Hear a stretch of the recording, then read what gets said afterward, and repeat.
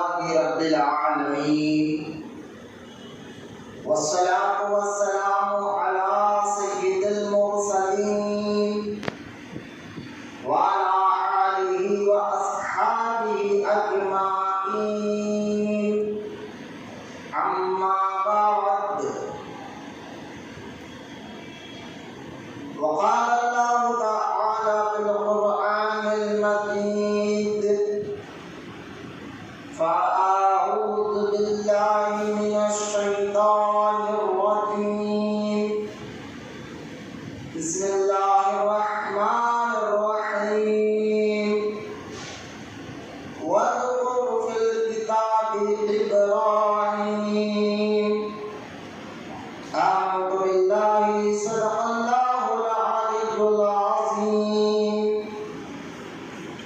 وقال الله تعالى في شان حبيبه الكريم إن الله وملائكته يصلون على النبي يا أيها الذين آمنوا صلوا عليه وسلموا تسليما اللهم صل على سيدنا مولانا اللهم صل على سيدنا ومولانا محمد وعلى الجود والكرم وعلى آله وبارك وسلم صلاة وسلاما عليك يا رسول الله صلى الله تعالى عليه وسلم اما بعد ہر تعریف اور بڑائی صرف اللہ تعالی کے لیے ہے جو سارے جہان کا مالک ہے، مختار ہے اور جو سارے جہان کا پالنہار ہے۔ میں اس بات کی گواہی دیتا ہوں کہ اللہ تعالی کے سوا کوئی عبادت کے لائق نہیں، وہ ایک ہے، اس کا کوئی ساتھی اور شریک نہیں۔ اور میں اس بات کی بھی گواہی دیتا ہوں کہ آپ کے رحمان پیارے آقا اور مولا حضور پرنور رحمت عالم نور مجسم حضرت سیدنا محمد مصطفیٰ احمد مجتبی صلی اللہ تعالی علیہ وسلم اللہ تعالی کے آخری رسول اور اس کے برگزیدہ بندے ہیں۔ اللہ تعالی حضور اکرم نور مجسم رحمت عالم صلی اللہ تعالی علیہ وسلم پر، اہل بیت، صحابہ اکرام، تابعین اور تبع تابعین اولیاء محمد پر قیامت تک کثرت رحمتیں اور برکتیں نازل فرماتا رہے۔ آمین۔ ایک بار محبت کے ساتھ درود پاک پڑھ لیں۔ اللهم صل على سيدنا مولانا سیدنا مولانا محمد معاویہ درود والکرم وعلی آلہ وبارک وسلم صلاۃ وسلام علیک یا رسول اللہ صلی اللہ تعالی علیہ وسلم۔ معزز سامعین، نوجوان ساتھیوں، بزرگوں، السلام علیکم ورحمۃ اللہ وبرکاتہ۔ وعلیکم السلام ورحمۃ اللہ وبرکاتہ۔ آئیے اپنا آج کا موضوع، آج کا ٹاپک شروع کرنے سے پہلے طریق اہل سنت و جماعت کے مطابق سب سے پہلے درود کی برکت اور فضیلت کو سنتے چلے۔ حضور اکرم نور مجسم رحمت عالم صلی اللہ تعالی علیہ وسلم کا ارشاد مبارکہ ہے کہ تم لوگ اپنی مجلسوں میں مجھ پر درود پڑھا کرو۔ مجلس میں جب بھی ہم اچھی محفل میں بیٹھتے ہیں تو درود ضرور پڑھ لیا کریں۔ اس کا فائدہ یہ ہوگا کہ حدیث پاک میں آتا ہے کہ سرکار مدینہ علیہ السلام نے ارشاد فرمایا کہ تم لوگ اپنی مجلسوں میں مجھ پر درود پڑھا کرو، کل قیامت کے دن یہ درود تمہیں نور کی شکل میں اللہ تعالیٰ عطا فرمائے گا۔ اس نور کی وجہ سے تم پل صراط کو آسانی سے پار کر لو گے۔ لہذا پل صراط کے بارے میں تو آپ جانتے ہوں گے، جو بال سے زیادہ باریک ہے، حدیث پاک میں آتا ہے تلوار سے زیادہ تیز وہ پل دوزخ کے اوپر بنا ہوا ہے،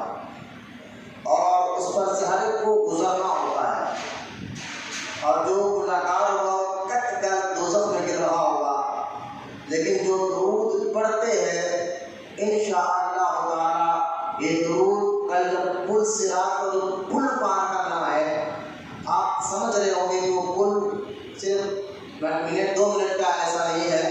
ایک روایت میں آتا ہے کہ وہ پل پار کرنے کے لیے 50,000 سال لگیں گے۔ اتنا بڑا پل ہوگا، وہ پل پار کرنا ہوگا، لیکن جو درود پڑھتے ہوں گے ان کے لیے وہ پل پار کرنا آسان ہو جائے گا۔ لہذا درود پاک کے بے شمار فضائل اور برکات حدیث مبارکہ میں آیا ہے۔ میں اکثر اس لیے کہتا ہوں درود پڑھنے کے فائدے اللہ تعالیٰ دنیا میں بھی عطا فرماتا ہے، خبر آخرت میں بھی اس کے فائدے بے شمار ہیں۔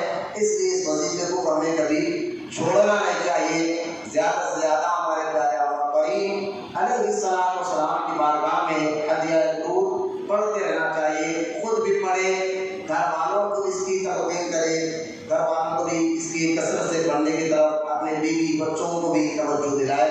آئیے محبت اور عقیدت کے ساتھ پھر سے ایک بار سب مل کر ہمارے پیارے آقا کریم علیہ السلام کی بارگاہ میں عقیدت کے ساتھ پڑھے درود پاک۔ اللہم صلی علی سیدنا مولانا محمد سیدنا مولانا محمد معدن الجود والکرم وعلی آلہ وآلہ وسلم صلاۃ و سلام علیک یا رسول اللہ صلی اللہ تعالی علیہ وسلم۔ معزز سامعین، آج بھی جو میں نے موضوع لیا ہے ہمارا یہ ذی الحجہ تفسیر حج کا مہینہ شروع ہوا ہے، ہم ذکر ابراہیم علیہ السلام کر رہے ہیں۔ آج کا یہ جمعہ بھی ہم سیدنا ابو الانبیاء سیدنا ابراہیم علیہ السلام کی ذکر پاک سے کریں گے، کیونکہ گزشتہ جمعہ کچھ باتیں تھیں جو اہم وقت نہیں تھا تو اس کو مکمل میں کر نہیں پایا۔ آج انشاءاللہ تعالیٰ میں کوشش کروں گا کہ اس وقت میں مکمل طور پر جو واقعات قرآن حدیث میں ملتے ہیں وہ آپ کے سامنے رکھوں، اور اس واقعات سے ہمیں فائدہ کیا ہوتا ہے اس فائدے کو بھی میں آپ کو بتاؤں۔ میں یہی کوشش کرتا ہوں، اللہ تعالیٰ سے دعا ہے اللہ ہم تمام کو کہنے سننے سے زیادہ عمل کی توفیق بھی عطا فرمائے۔ اور میں لگاتار یہ بات آپ کے سامنے کئی جمعہ سے لگاتار 3 جمعہ سے بات آپ کو بتا رہا ہوں کہ یہ اللہ کے نیک بندوں کا ذکر ہم کیوں کرتے ہیں۔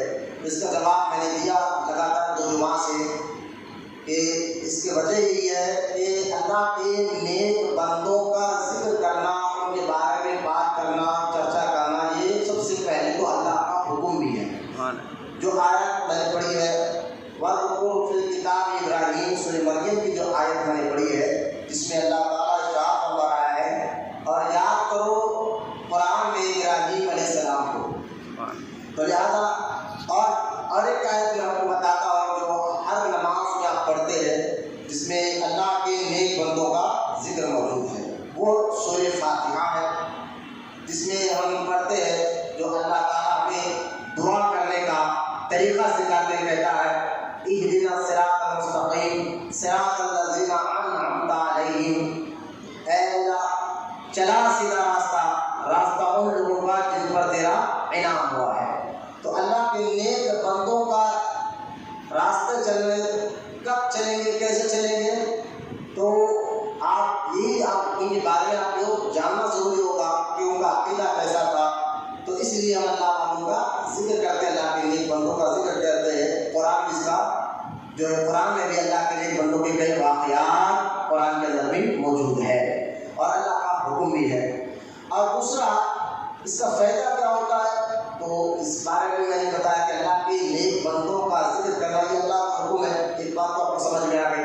دوسری بات کہ اس کا فائدہ کیا ہوتا ہے، اس کا فائدہ یہ ہوتا ہے کہ اللہ کے نیک بندوں کا ذکر سننے سے، ان کے بارے میں سننے سے ہمارا ایمان اور عقیدہ مضبوط ہوتا ہے۔ بے شک آپ کہیں گے کہ اس کی دلیل کیا جو آپ یہ بات کہہ رہے ہیں کہ اللہ کے نیک بندوں کا ذکر کرنے سے ہمارا ایمان اور عقیدہ مضبوط ہوتا ہے، تو اس کی دلیل بھی قرآن پاک کی آیات ہی ہے، جو سورہ ہود کی آیت ہے جو میں نے گزشتہ جمعہ پڑھ کر آپ کو بتائی تھی۔ اس میں اس کا میں ترجمہ آپ کے سامنے رکھنا چاہتا ہوں۔ سورہ ہود کی جو آیت پاک ہے، اللہ تعالیٰ ارشاد فرماتا ہے کہ ہم اے محبوب پچھلے انبیاء کے قصص واقعات کو اس لیے سناتے ہیں تاکہ آپ کا دل مضبوط ہو۔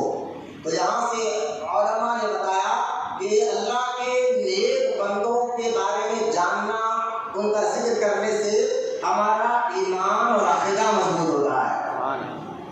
تو لہٰذا اس لیے جو ہے آپ کہیں گے کس طرح، ایک سوال پھر ہو سکتا ہے کہ شیطان نے تو اللہ تعالیٰ سے وعدہ کیا تھا، دیکھو قرآن میں سارا ڈیٹیل موجود ہے، کئی آیاتوں میں اس کا ذکر موجود ہے، سورۃ بقرہ میں بھی یہ ذکر موجود ہے کہ شیطان کو جب اللہ تعالیٰ نے کہا کہ تو مردود ہے، ابلیس ہے، اب تو ہمارے دربار سے نکل جا، تو اس نے کیا کیا؟ اللہ تعالیٰ سے وعدہ کیا کہ اللہ کہ میں تو جا رہا ہوں، لیکن قسم ہے تیری ذات کی، اللہ کی ذات کی قسم کھا کر اس نے کہا قسم ہے تیری ذات کی کہ میں تیرے بندوں کو بھٹکاؤں گا، ان کا ایمان اور ان کا عقیدہ برباد کروں گا۔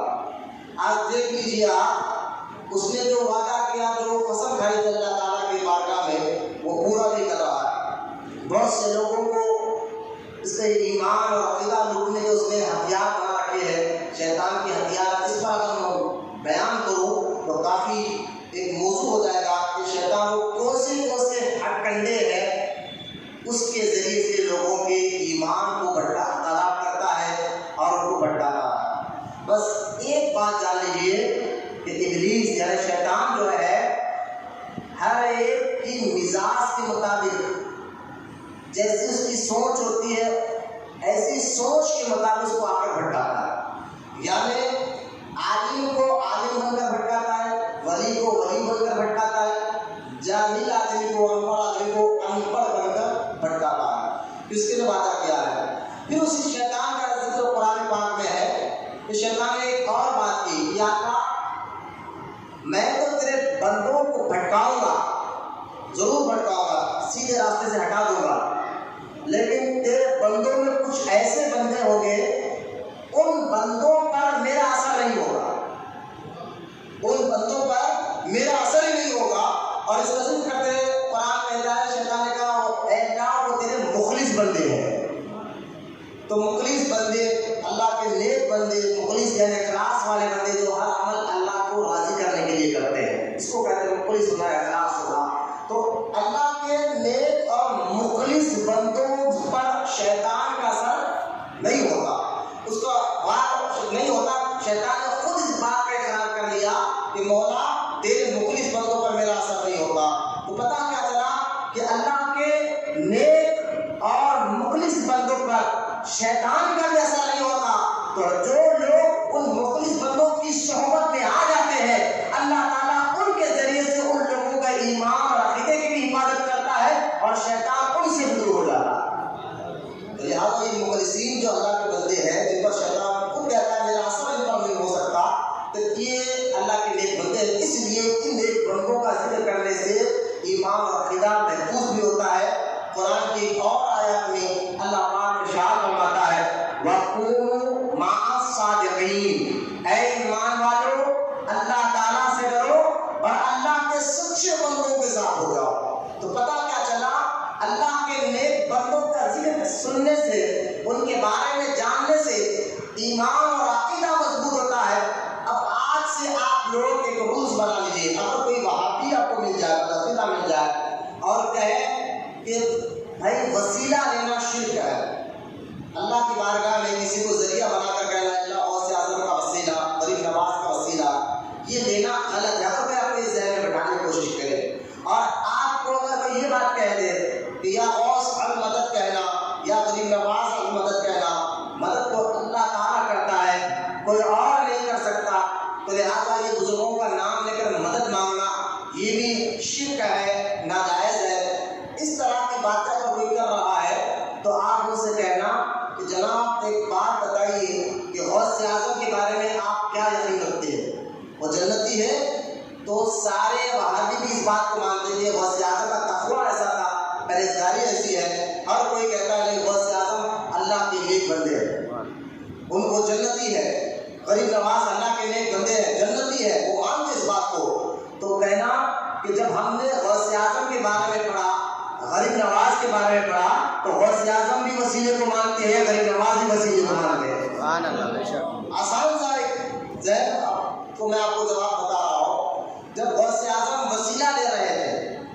خود مانگتے تھے، کچھ مرید آپ کے آپ سے مدد مانگتے ہیں. غوث اعظم کو دین سکھاتے تھے نا. غوث پاک کا ایک لقب ہے محی الدین، میم اور ہا، محی الدین، معین نہیں، محی الدین غوث پاک کا یہ لقب ہے. اس کا معنی ہے دین کو زندہ کرنے والا. غوث پاک کے ذریعے سے اللہ نے جو لوگ دین سے پھٹک گئے تھے ان کے ذریعے سے اللہ نے دین کو زندہ کیا ہے. تو غوث پاک کے پاس مرید بار بار آتے تھے مدد مانگنے کے لیے. تو غوث اعظم تو دین بتا رہے تھے، دین سکھا رہے تھے. اگر اللہ کے علاوہ کسی سے مدد مانگنا شرک ہوتا تو غوث اعظم مریدوں کو یہ کہتے تھے کہ تم لوگ میرے سے مدد مانگنے کیوں آ رہے ہو، مسجد میں جاؤ اللہ سے مدد مانگو. ایسا غوث اعظم نے نہیں کہا، کیونکہ غوث پاک جانتے تھے مدد تو حقیقی طور میں اللہ ہی کرتا ہے، ذریعہ غوث و خواجہ کو بنا دیتا ہے. اس کے آسان مثال پھر سے دیکھ رہے آپ، بارش اللہ تعالیٰ کو برساتا ہے لیکن ذریعہ ابر کو بنا دیتا ہے. پیاس اللہ تعالیٰ مٹاتا ہے، ذریعہ پانی کو بنا دیتا ہے. بھوک اللہ ہی مٹاتا ہے، ذریعہ روٹی اور چاول کو بنا دیتا ہے. اسی طرح حقیقی طور پر مدد اللہ ہی کرتا ہے، ذریعہ غوث و خواجہ کو بنا دیتا ہے. سبحان اللہ. تو لہٰذا یہ اللہ کے نیک بندوں پر جو شیطان کا اثر ان پر نہیں ہو سکا، تو ان کے بارے میں جاننے سے ہمارا ایمان بھی مضبوط ہوتا ہے اور ہمارے سینے میں طاقت بھی آتی ہے. آپ نے کئی بار اس بات کو محسوس کیا ہوگا، جب بھی اللہ کے نیک بندوں کی کوئی کرامت کوئی واقعہ آپ سنتے ہوں گے، ایک کیفیت سی دل پر محسوس اثر ہوتا ہے. یہ اثر کیا ہے؟ جو فیض ہوتا ہے، جو دل میں مضبوطی آتی ہے اور کہتے ہیں اللہ تیرا شکر ہے کہ ہم ایسے ہیں جو ایسی جماعت میں تو مسلمان تو بنایا ہے لیکن اہل سنت و جماعت میں رکھا جس میں ایسے بڑے بڑے اولیاء کرام آرام فرما رہے ہیں. سارے ولی غوث اعظم سے جتنے ولی ہیں، سارے ولی جو ہے سب کے سب کا عقیدہ وہی عقیدہ ہے جو اہل سنت و جماعت کا عقیدہ ہے. تو پتہ کیا چلا، ہر ولی سنی جنتی ہے. میں یہ ساری باتیں بتا اس لیے رہا ہوں کہ اللہ کے نیک بندوں کا ذکر سننے سے ایمان اور عقیدہ مضبوط ہوتا ہے. قرآن کی آیت میں نے آپ کو بتا دی، 3 آیتوں کا ترجمہ میں نے آپ کے سامنے رکھا، سورہ ہود، سورہ مریم، سورہ فاتحہ. یہ 3 آیتوں کے بارے میں بتا رہے.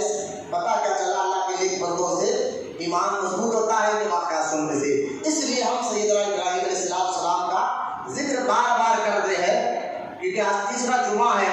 کچھ اہم باتیں ان کے رہ گئے تھے تو میں ضروری سمجھا کہ یہ جمعہ بھی میں اسی ٹاپک پر لے لوں تاکہ آپ کا ایمان اور عقیدہ مضبوط ہو اور آپ کو پتہ چلے کہ جو عقیدہ انبیاء علیہ السلام کا ہے، اولیاء کرام کا ہے، وہی عقیدہ سنیوں تمہارا اور ہمارا ہے. یہ آپ جو وہابی پر عقیدہ نئی نئی باتیں لا کر آپ کے ذہنوں میں فٹ کرنے کی کوشش کر رہے ہیں، آپ ان کے نئے مسلک پر نہ جائیں، ان کی نئی باتوں پر آ کر اپنے ایمان اور عقیدہ کو خراب نہ کریں. ہمارا وہی عقیدہ ہے جو پچھلے 1400 سال سے نبی اور صحابہ کا چلتے جا رہا. تو انشاءاللہ تعالیٰ اس پر ہماری باتوں کے اللہ تمام کو کہنے سننے سے زیادہ عمل کی توفیق عطا فرمائے. اب غور کریں، سیدنا ابراہیم علیہ السلام کو ابو الانبیاء کو کہتے اس پر بات ہوئی. ایک بات ہے کہ خلیل اللہ کے متعلق ایک بات میں آپ کو بتاتا ہوں، اور ان باتوں سے ہمیں پتہ ہی چلتا ہے کہ یہ وہ کام ہے جن کاموں سے اللہ تعالیٰ راضی ہوگا. اللہ کے نیک بندوں کے وہ کام جن کے کام سے اللہ تعالیٰ راضی ہوتا ہے. آپ توجہ کریں، فرشتوں نے جب یہ کہا کہ اے اللہ تو نے ابراہیم کو خلیل کیوں بنایا. خلیل کہتے کس کو، پہلے وہ بھی سن لیا. خلیل کا معنی ہے دوست کے. خلیل کا معنی کیا ہے؟ دوست کے. اور بھائی دوست کس کو کہتے ہیں آپ مجھے بتائیں.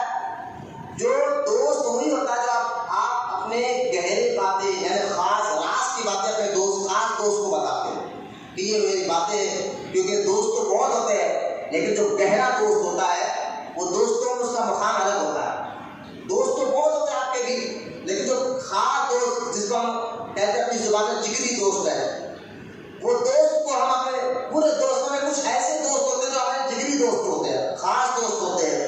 ان دوستوں سے ہم راز کی باتیں بتاتے ہیں کہ بھائی تمہارے کو مانگا کسی کو نہیں بولا، اور وہ دوست آپ کے بھروسے کے لائق بھی ہوتا ہے، وہ آپ کے بات کو سنتا بھی ہے، اس بات کو چھپاتا بھی ہے.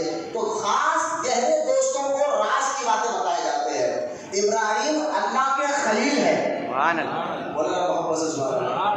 اللہ کے خلیل ہے تو اللہ تعالیٰ نے کچھ گہری باتیں ہیں وہ بتائی ہے، خاص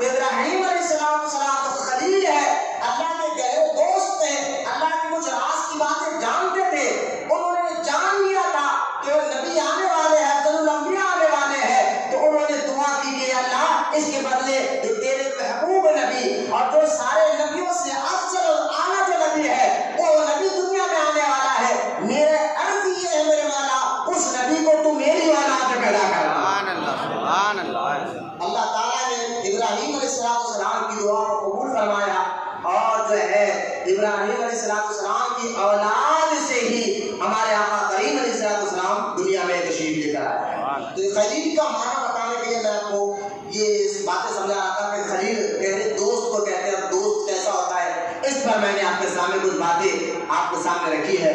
اب غور کرتے چلے جائیے، فرشتوں نے بھی کہا کہ اے اللہ یہ تو نے ان کو اپنا خلیل کیوں بنایا؟ ایک بات روایت یہ بھی ہے، سیرت کی کتابوں میں آتا ہے، تو خلیل کیوں بنا؟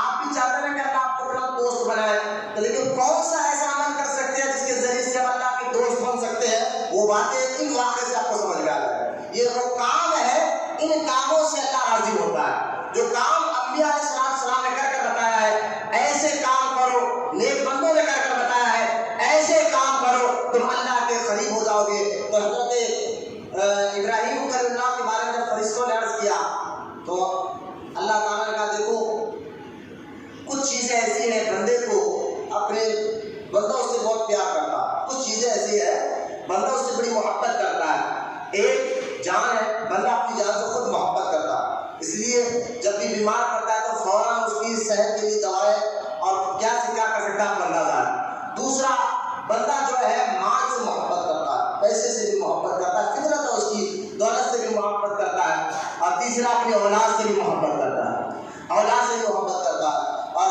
تین چیزیں بندے کو بڑی پیاری ہوتی ہے، جان، مال، اولاد، یہ تین چیزیں جس سے بندہ اپنی محبت کرتا ہے۔ اور ابراہیم علیہ السلام نے ان تینوں چیزوں کو اللہ کی محبت کے لیے قربان کر دیا تھا۔ آپ دیکھیں گے سیرت کو، جان کو بھی جب میں نے آپ کو بتایا گزشتہ جمعہ یہ واقعہ آپ کو بتایا تھا، اپنی جان کو بھی اللہ کی رضا کے لیے انہوں نے جو نمرود نے آگ جلائی تھی اس آگ کے اندر اپنے آپ کو کھدوا دیا۔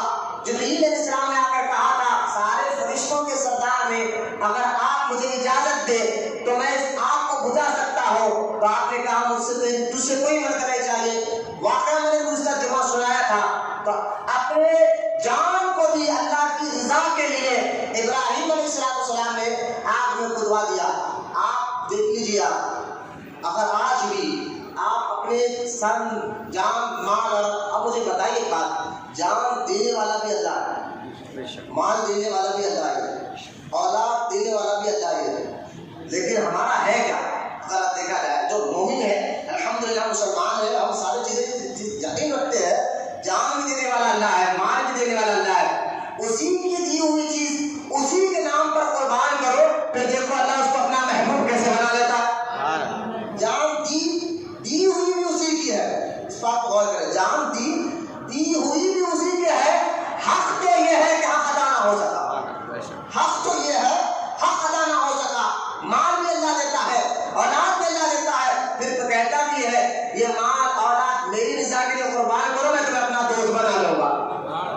سمجھیے لاجک اس بات پر کہ دینے والا بھی اللہ ہے، اسی کے مال کو اسی کے نام پر قربان کرنے سے ہمارا مال گھٹتا نہیں بلکہ بڑھ جاتا ہے اور عزت بھی اللہ بڑھا دیتا ہے۔ خیر ابراہیم علیہ السلام نے جان کی پرواہ نہ کی، تو یہاں پتہ کیا چلا کہ جان بھی جب اللہ کی راہ میں اگر کوئی بندہ دے دیتا ہے جس کو ہم جہاد کہتے ہیں، ابھی کوئی ایسا موقع نہیں ہے کہ جہاد کرنے کا، اور یہ جو لوگ ٹیررسٹ ہے اور جو بم بلاسٹ کرتے ہیں یہ جہاد نہیں ہے، بے فضول لوگوں کو مارنا، بم بلاسٹ کر کر بلا وجہ غریبوں کو مار دینا، چاہے وہ کسی مذہب کا ہو، اسلام اس کی اجازت نہیں دیتا، اس کو جہاد نہیں کہہ سکتے۔ نوجوان بچوں آپ کو اس بحث میں ذہن بتاؤ، جہاد اللہ کے نام پر قربان کرنا ہے، لیکن اس کا مطلب یہ نہیں ہے کہ فضول جو ہے غیروں کو بلا وجہ پہ مارنے آئے۔ ہاں حکم یہ ہے کہ تم سے لڑنے آئے تم ان سے لڑو۔ سنی کسی کو چھیڑتا ہے، یاد رکھیں سنی کسی کو چھیڑتا ہے، اگر کوئی اس کو چھیڑے تو پھر چھوڑتا ہے۔ تو آپ اللہ کے دشمن سے لڑنا، لیکن وہ دشمن سے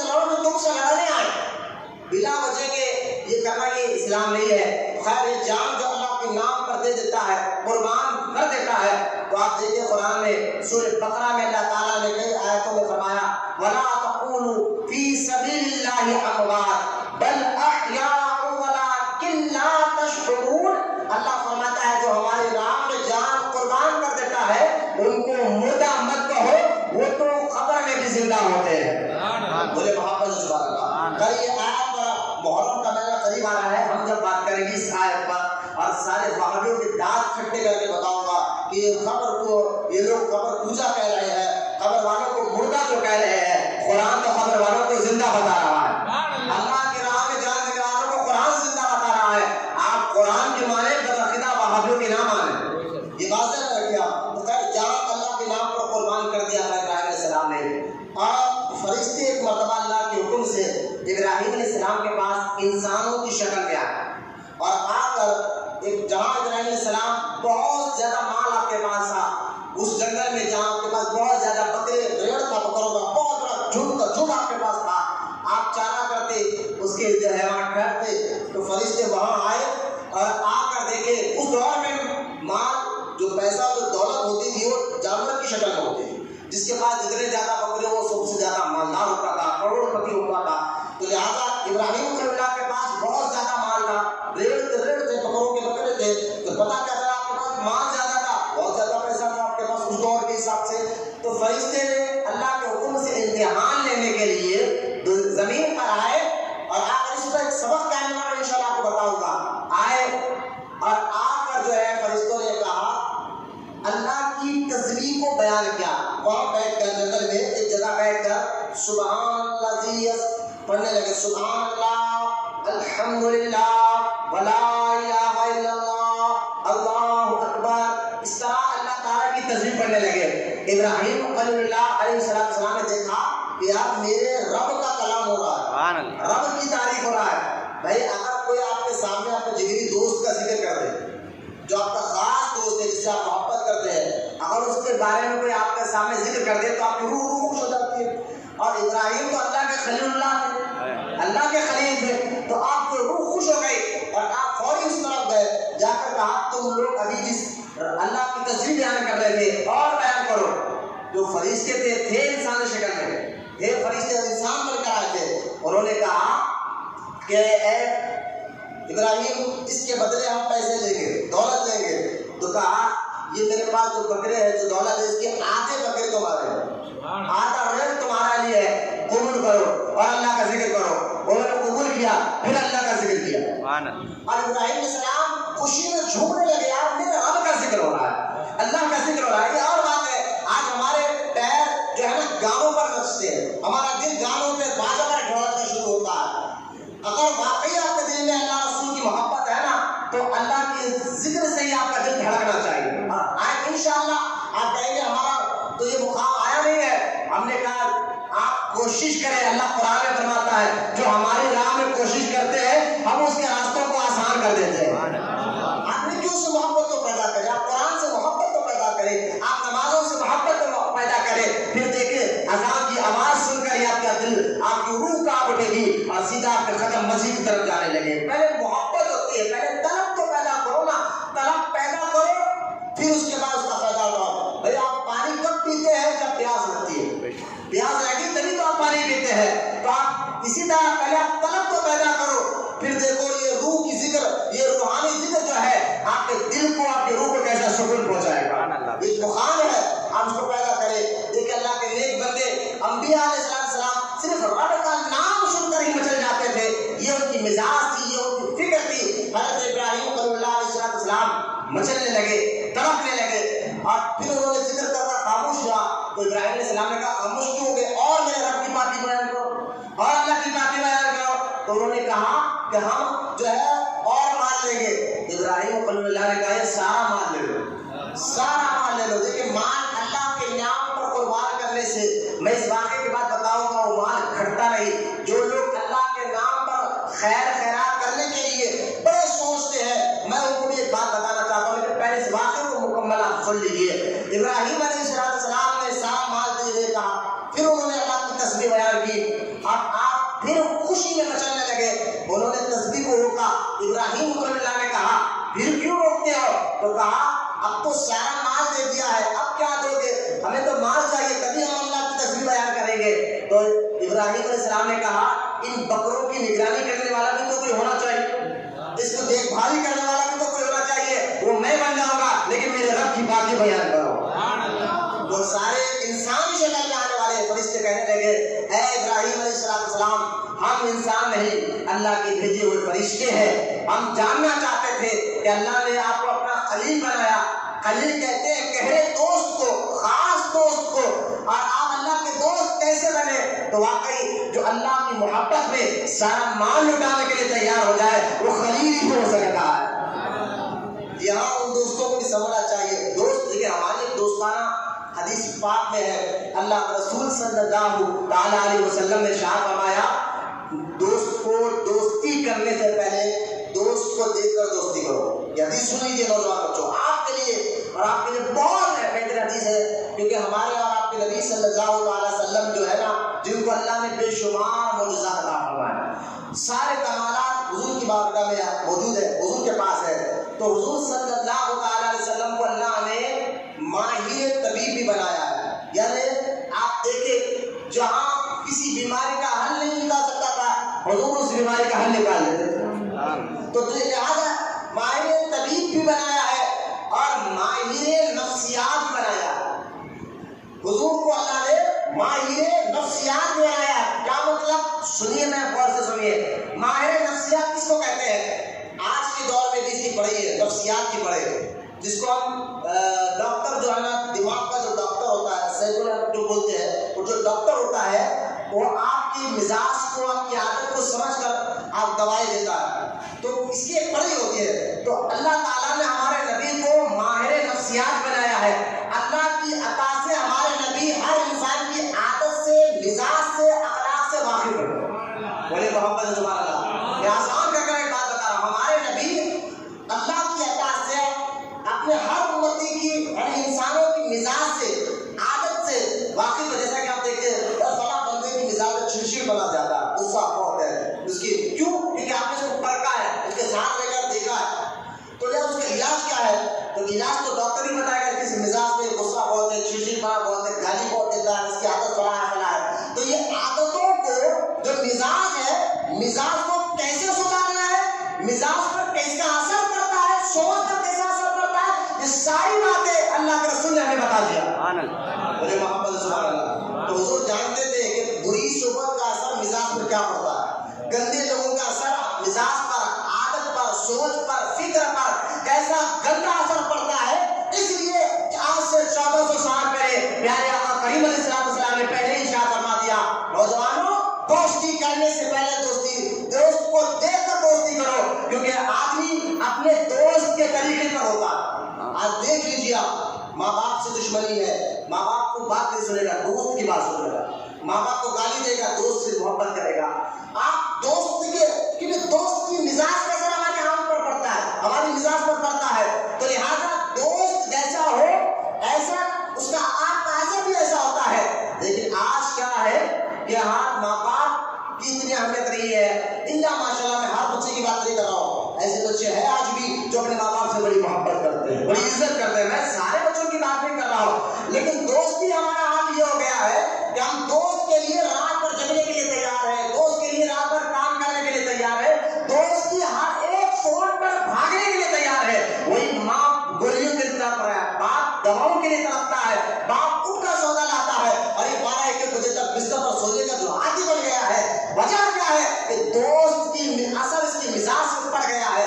اگر دوست سچا ملتا، دوست اچھا ملتا، تو وہ دوست اگر عاشق رسول ملتا، اگر عاشق رسول دوستوں کی صحبت میں بیٹھیں گے تو انشاءاللہ آپ کی مزاج بھی عاشق رسول بن جائے گا۔ اس فطرت کو سمجھیے، عادت کو بگاڑنے کی عادت کب بگڑتی ہے؟ اگر گندی صحبت مل جائے، غلط صحبت مل جائے، تب بھی عادت بگڑ گئی ہے۔ آج ایسے دوستوں سے دوستی کون کرتا ہے جو نمازی ہو، مسجد کا امام ہو، عاشق رسول ہو؟ ہمارا دوست تو وہ ہوتا ہے جو ہمارے ساتھ گندے پچڑوں میں ساتھ دے، ہمارا دوست تو وہ ہوتا ہے جو ہمیں غلط جگہوں پر ساتھ دے، ہمارا دوست وہ ہوتا ہے جو ہمیں فلمیں، ڈرامے، جوئے کے اڈے، زنا، شراب میں ہمارا ساتھ دے، پیسہ لٹائے۔ تو لہٰذا ہم کہتے ہیں خاصوں سے، روڈیوں،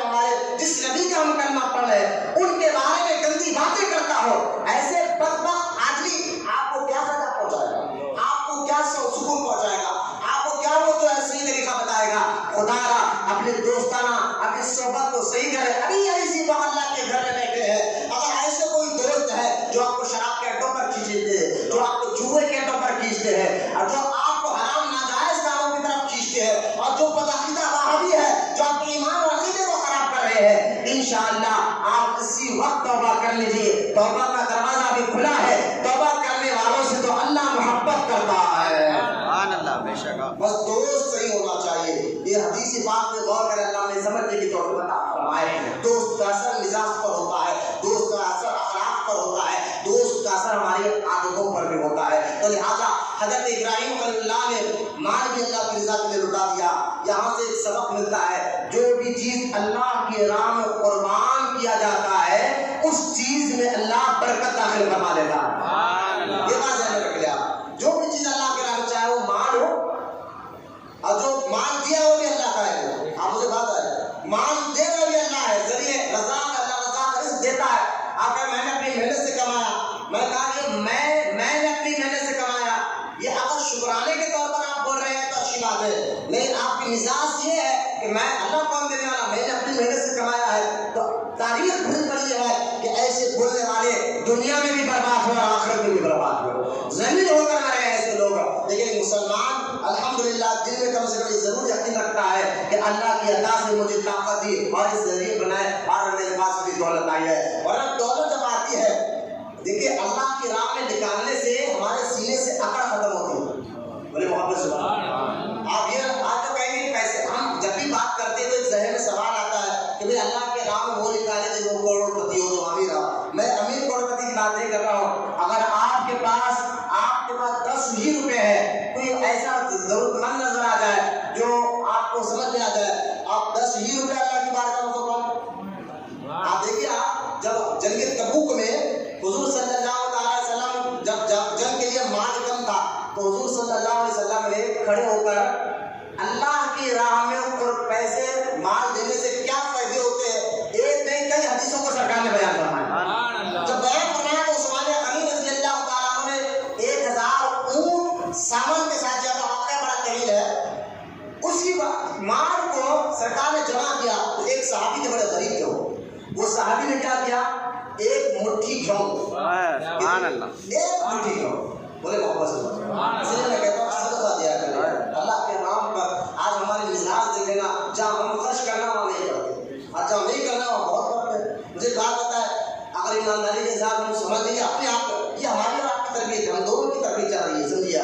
ہم کہاں خرچ کرتے ہیں, اسٹار والے کو اگر پیسہ دینا تو 250 روپے موصول, 300 یا 250 روپے اس کی جو فیس ہے اسٹار کی, ہم مہینے کو نکال کر رکھ دیتے ہیں. وہی مسجد میں جہاں نماز پڑھتے ہیں, جہاں مسجد کے ٹوائلٹ کو استعمال کرتے ہیں, وہی مسجد کا اگر چندہ منگائے تو 10 روپے. کیا ہماری مزاج ہے, ہم دے سکتے ہیں کیا؟ میں یہ نہیں کہہ رہا ہوں کہ 10 روپے آپ کی جتنی ایسے کو بنا دیجیے, لیکن جہاں خرچ کرا کم سے کم ہاتھ دل کھول کر خرچ کرے. اور اللہ کی راہ میں خرچ کرنے سے ممبر پر بیٹھ کر خدا کی عزت و جلال کا قسم مال کم نہیں ہوتا, اللہ برکت عطا فرماتا ہے. اس کی آسان مثال تو آپ کو سمجھ میں آ جائے, ایک مثال ہے تو آپ کو سمجھ میں آ جائے کہ اللہ کے راہ میں جو چیز قربان کی جاتی دی جاتی ہے وہ کمی بیشی اس میں نہیں ہوتی ہے. تو دیکھیے آپ مجھے بتائیں کہ جانور ہے بقرعید کے موقع پر اور حج کے موقع پر, اور روزانہ کتنے بکرے کرتے ہوں گے پوری دنیا میں, بکرے جو حلال جانور ہے کتنے کرتے ہیں. اور آپ جا کر تاریخ پڑھے جانوروں کے بارے میں, حیات الحیوان پڑھے, بکری کتنے بچے دیتی ہے سال میں, جن کے بکریاں پالنے کا تجربہ وہ اس سے پوچھ لیجیے آپ, سال میں 2 یا 3 بکریاں دیتی ہیں, ٹھیک ہے. اسی طرح آپ خنزیر کو دیکھ لیں, سور کو, آج جو کہتے ہیں سور کا نام لینے سے وضو ٹوٹتا ہے, ایسا کچھ نہیں ہے, قرآن میں اس کا ذکر موجود ہے. خیر, تو سور جو ہے سال میں, بلکہ رات میں نے سنا ہے کہ سال میں 12 یا 13 بچے دیتا, کتیا تو سال میں 6 مہینے میں 6 بچے دیتی ہے. تو مجھے بات بتائے, کہیں پر ایک جگہ پر 100 200 300 یا 1000 2000 کبھی سوروں کو ٹھہرے دیکھا, یا ایک جگہ پر کتوں کو دیکھا ہے تو ہزاروں کی تعداد میں دیکھا, لیکن بکروں کو دیکھا ہے. بولے جانوروں میں بکروں کو آپ نے دیکھا ہوگا, ہزاروں کی تعداد میں آپ نے دیکھا ہوگا. کیوں بھائی, ساری دنیا میں روزانہ تو ذبح ہوتے رہتے ہیں, پوری دنیا کے اندر حساب لگا تو روزانہ بقرعید کے موقع پر کتنے ذبح ہوتے ہیں ہمیں پتا نہیں ہے, لیکن کبھی سنا آپ نے کہ بکرے کم پڑ رہے ہیں. تو معلوم کیا ہوا, یہ تو حرام جانور ہے لیکن پھر بھی اس کی کمی ہے. تو پتا کیا چلا, یہ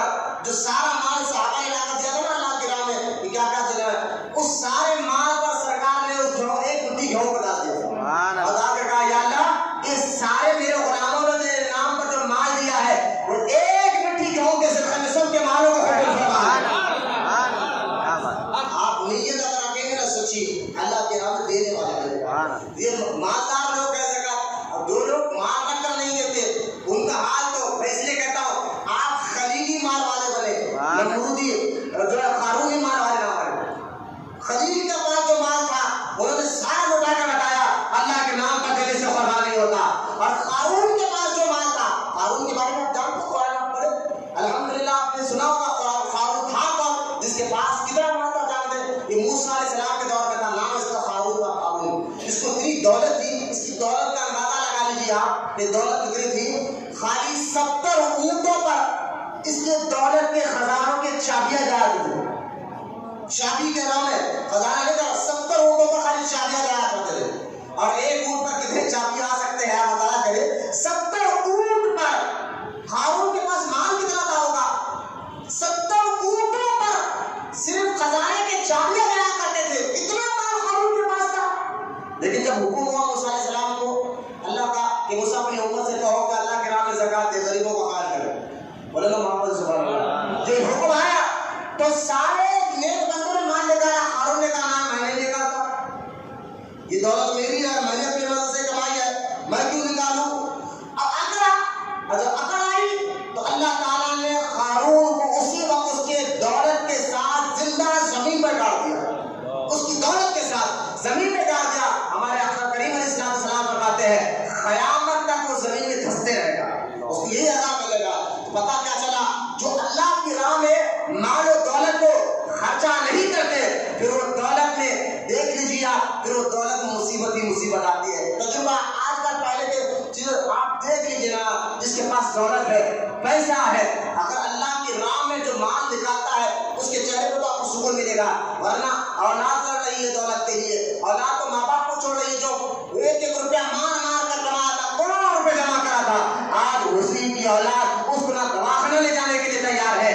آپ نے سنا ہوگا کئی واقعات کہ اس وائرس کی وجہ سے کروڑ پتی ہے لیکن باپ کے جنازے میں کوئی نہیں ہے, ماں کے جنازے میں کوئی نہیں ہے, نہ دولت والے کے جنازے میں کوئی نہیں ہے. میں ایسے لوگ کو بھی جانتا ہوں جو کروڑوں روپے کی پراپرٹی تھی, ہٹا کٹا تھا, اچانک مر گیا. جب معلوم ہوا جناب کے اوپر کتنی پراپرٹی تھی, بولے 600 کروڑ کی پراپرٹی تھی.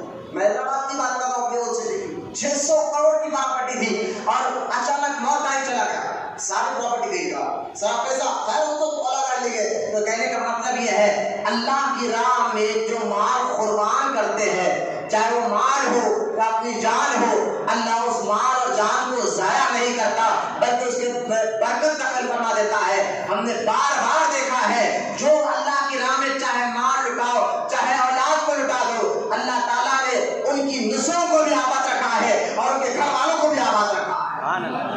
یہ تجربہ ہے, اب کر کر دیکھ لے, بس اپنی مزاجوں کو صحیح درست کرے, کہاں ہمیں مال لگانا تھا, کہاں ہم مال لگا رہے ہیں, اس پر ذرا غور کرنا. اور آج کے بعد جتنی آپ کی حیثیت ہے, جتنی آپ کے پاس اللہ نے دولت دی ہے, اللہ کے گھروں میں دینے والے بنے. جہاں مدرسوں میں پڑھنے لوگ ہیں وہاں سنی سنگ العقیدہ ہو, چاہے مسجد ہو چاہے مدرسہ ہو, یاد رکھے بدعقیدہ نہیں ہونا چاہیے, وہاں بھی نہیں ہونا چاہیے. ورنہ مال آپ گئے کسی وہابی مدرسے میں دے دیا, مسجد میں دے دیا تو الٹا آپ کو ثواب کا عذاب ملے گا. کیونکہ غلط کاموں میں مدد کرنا بھی غلط ہے, اچھے کاموں میں مدد کرنا اچھا ہے, اسی طرح غلط کاموں میں مدد کرنا بھی غلط ہے. اس بات پر غور کرتے ہوئے مال خرچ کرے, اللہ تعالیٰ اس میں برکت داخل فرمائے گا. حضرت ابراہیم علیہ اللہ نے مال بھی اللہ کے نام کو مال کر بتایا, اور اولاد کو بھی جو واقعہ ہے مینا کا, اسماعیل علیہ السلام کو اللہ کے راہ میں ذبح کرنے کے لیے تیار رہے, اس لیے آپ کو خلیل اللہ کہا جاتا ہے. حضرت ابراہیم خلیل اللہ علیہ السلام جب نمرود مر گیا مچھر سے, اور نمرود مرنے کے بعد آپ فلسطین گئے اور وہاں تبلیغ دین کرنے کے لیے آپ مصر جا رہے تھے. تو جیسے مصر جا رہے تھے, مصر کا جو بادشاہ تھا, راجا, وہ فرعون کی اولاد میں سے تھا اور بڑا ظالم تھا. کوئی بھی خوبصورت عورت کو دیکھتا تو ان کو کھینچ دیتا. تو لہذا حضرت ابراہیم علیہ السلام اپنی بیوی سارہ رضی اللہ تعالیٰ عنہا کو لے کر جا رہے تھے. اس واقعے میں بتانا چاہتا ہوں کہ اللہ کے نیک بندوں کی اللہ کیسی حفاظت بھی کرتا ہے. بولے محمد صلی اللہ علیہ وسلم, ہاں بس آپ نیک بن جائیے, پھر اللہ تمہارے مال کی بھی حفاظت کرتا ہے, تمہارے جان کی بھی حفاظت کرتا ہے, تمہاری اولاد کی بھی حفاظت کرتا ہے. بولے محمد سے سبحان اللہ. آپ غور کریں, ابراہیم علیہ اللہ جا رہے تھے, مصر میں داخل ہوئے, تو آپ نے اپنی بیوی سے کہا کہ دیکھو اب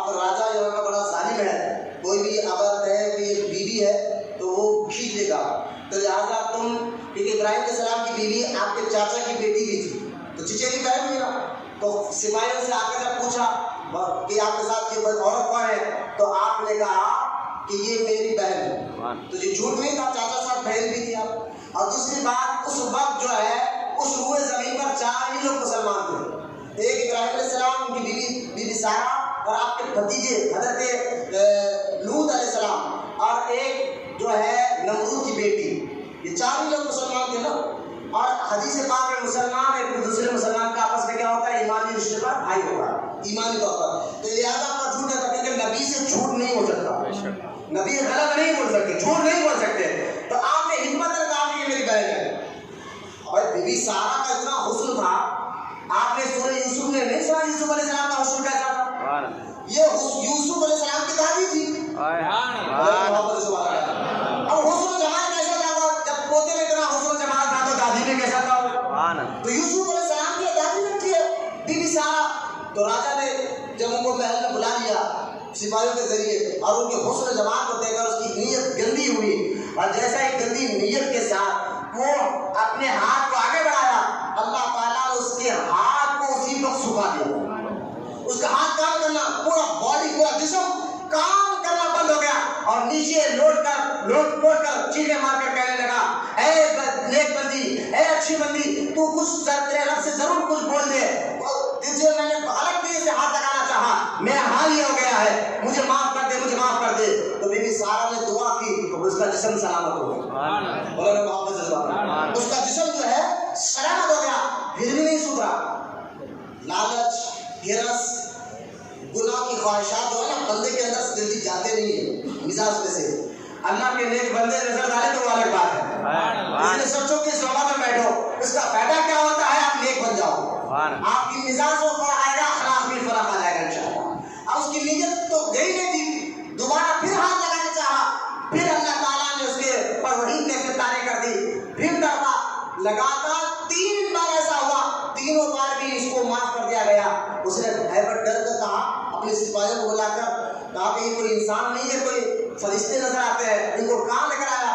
وہ معافی کا مانگنے لگا بیوی سارہ سے, اور کہا کہ میں آپ کو معافی مانگتا ہوں, اور میرے پاس ایک قمیض ہے اس کو آپ کے ساتھ دیتا ہوں. بیوی ہاجرہ کو اس بادشاہ نے کہا یہ ساتھ لو اور آپ دونوں چلے جاؤ یہاں سے. تو بیوی سارہ جو ہے راجا کے محل سے صحیح سلامت آپ کے ساتھ بیوی ہاجرہ کو لے کر اپنے شوہر اس وقت کے نبی حضرت ابراہیم اللہ کے پاس آ گئے. اور حضرت ابراہیم خلیل اللہ علیہ السلام جہاں بیٹھے تھے, اللہ تعالیٰ نے وہاں بیٹھے بیٹھے محل کے اندر کیا ہو رہا تھا سارے پردے ہٹا کر اللہ نے ابراہیم علیہ السلام کو بتا دیا تھا.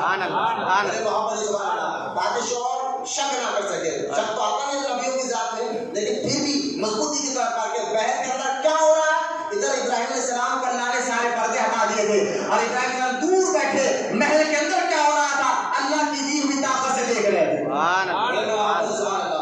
یہ دیوار کے پیچھے کیا ہے, وہاں بھی کہتا ہے دیوار کے پیچھے کیا ہے, نبی کو نہیں معلوم ہوتا. میں نے کہا یار ابراہیم اللہ کئی میل دور بیٹھے ہیں, محل کے اندر کیا ہو رہا تھا اللہ نے سارے پردے ہٹا کر ابراہیم کو بتا دیا تھا. جب ابراہیم علیہ السلام کی نظر کا یہ عالم ہے تو مصطفیٰ علیہ رحمت کی نظر کا عالم کیا ہوگا. اس لیے سرکار خود فرماتے ہیں ہمارے نبی علیہ السلام کہ میرے غلاموں سنو, جو میں دیکھتا ہوں وہ تم نہیں دیکھ سکتے, اور جو میں سنتا ہوں وہ تم نہیں سن سکتے. ہر اس بات پر انشاءاللہ علم غیب کی بات آئی تو بات کرنی تعبیر ہو جائے گی.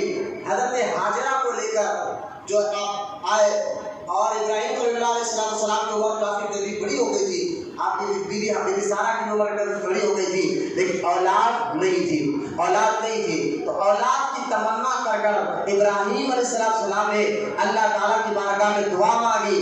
پتا کیا چلا, میرے بچے کی دعا منت کرنا ہے, دعائیں مانگنا یہ نبیوں کی سنت ہے. اولاد کے لیے دعا مانگنا, اولاد بچے کے لیے خاص طور پر دعا مانگنا یہ نبیوں کی سنت ہے. ابراہیم اللہ نے دعا مانگی کہ اللہ مجھے نیک اور صالح اولاد عطا فرما. آپ کی دعا قبول ہوئی, اللہ کا حکم ہوا. بیوی سارہ نے بھی مشورہ دیا کہ آپ ہاجرہ سے نکاح کر لیجیے. بیوی ہاجرہ سے آپ نکاح کر لیجیے. بیوی ہاجرہ کے ساتھ آپ کا نکاح ہوا. بیوی ہاجرہ کے ساتھ نکاح ہوا تو آپ کو اللہ نے بیٹا عطا فرمایا. اس بیٹے کا نام سیدنا اسماعیل علیہ السلام ہے. حضرت سیدنا اسماعیل علیہ السلام کو اللہ تعالیٰ نے آپ کو عطا فرمایا.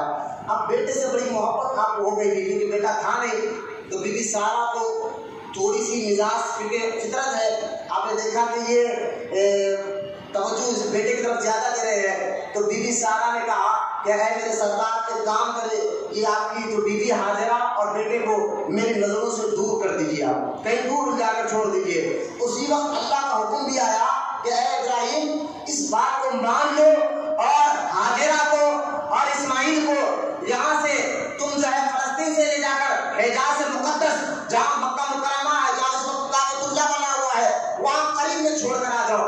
اللہ کا حکم آ گیا تو بی بی حاجرہ کو لے کر اور اپنے بیٹے اسماعیل علیہ السلام کو لے کر حضرت ابراہیم خلیل اللہ گھوڑے پہ بیٹھ کر لے کر چلے اور کعبۃ اللہ کے قریب جہاں اس وقت کعبہ ہے، زمزم کا کنواں بھی ہے، وہاں پر چھوڑ دیا اور چھوڑ کر پلٹ کر جانے لگے۔ تو جب جانے لگے تو بی بی حاجرہ نے کہا تھا کہ آپ اس پہاڑ میں، دیکھیے تاریخ میں آتا ہے کہ جب آپ چھوڑ کر جا رہے تھے اس وقت چاروں طرف پہاڑی پہاڑ تھے، جھاڑ تک نہیں تھا، کوئی سایہ کر سکے، سایہ میں بیٹھ سکے، پہاڑی پہاڑ تھے۔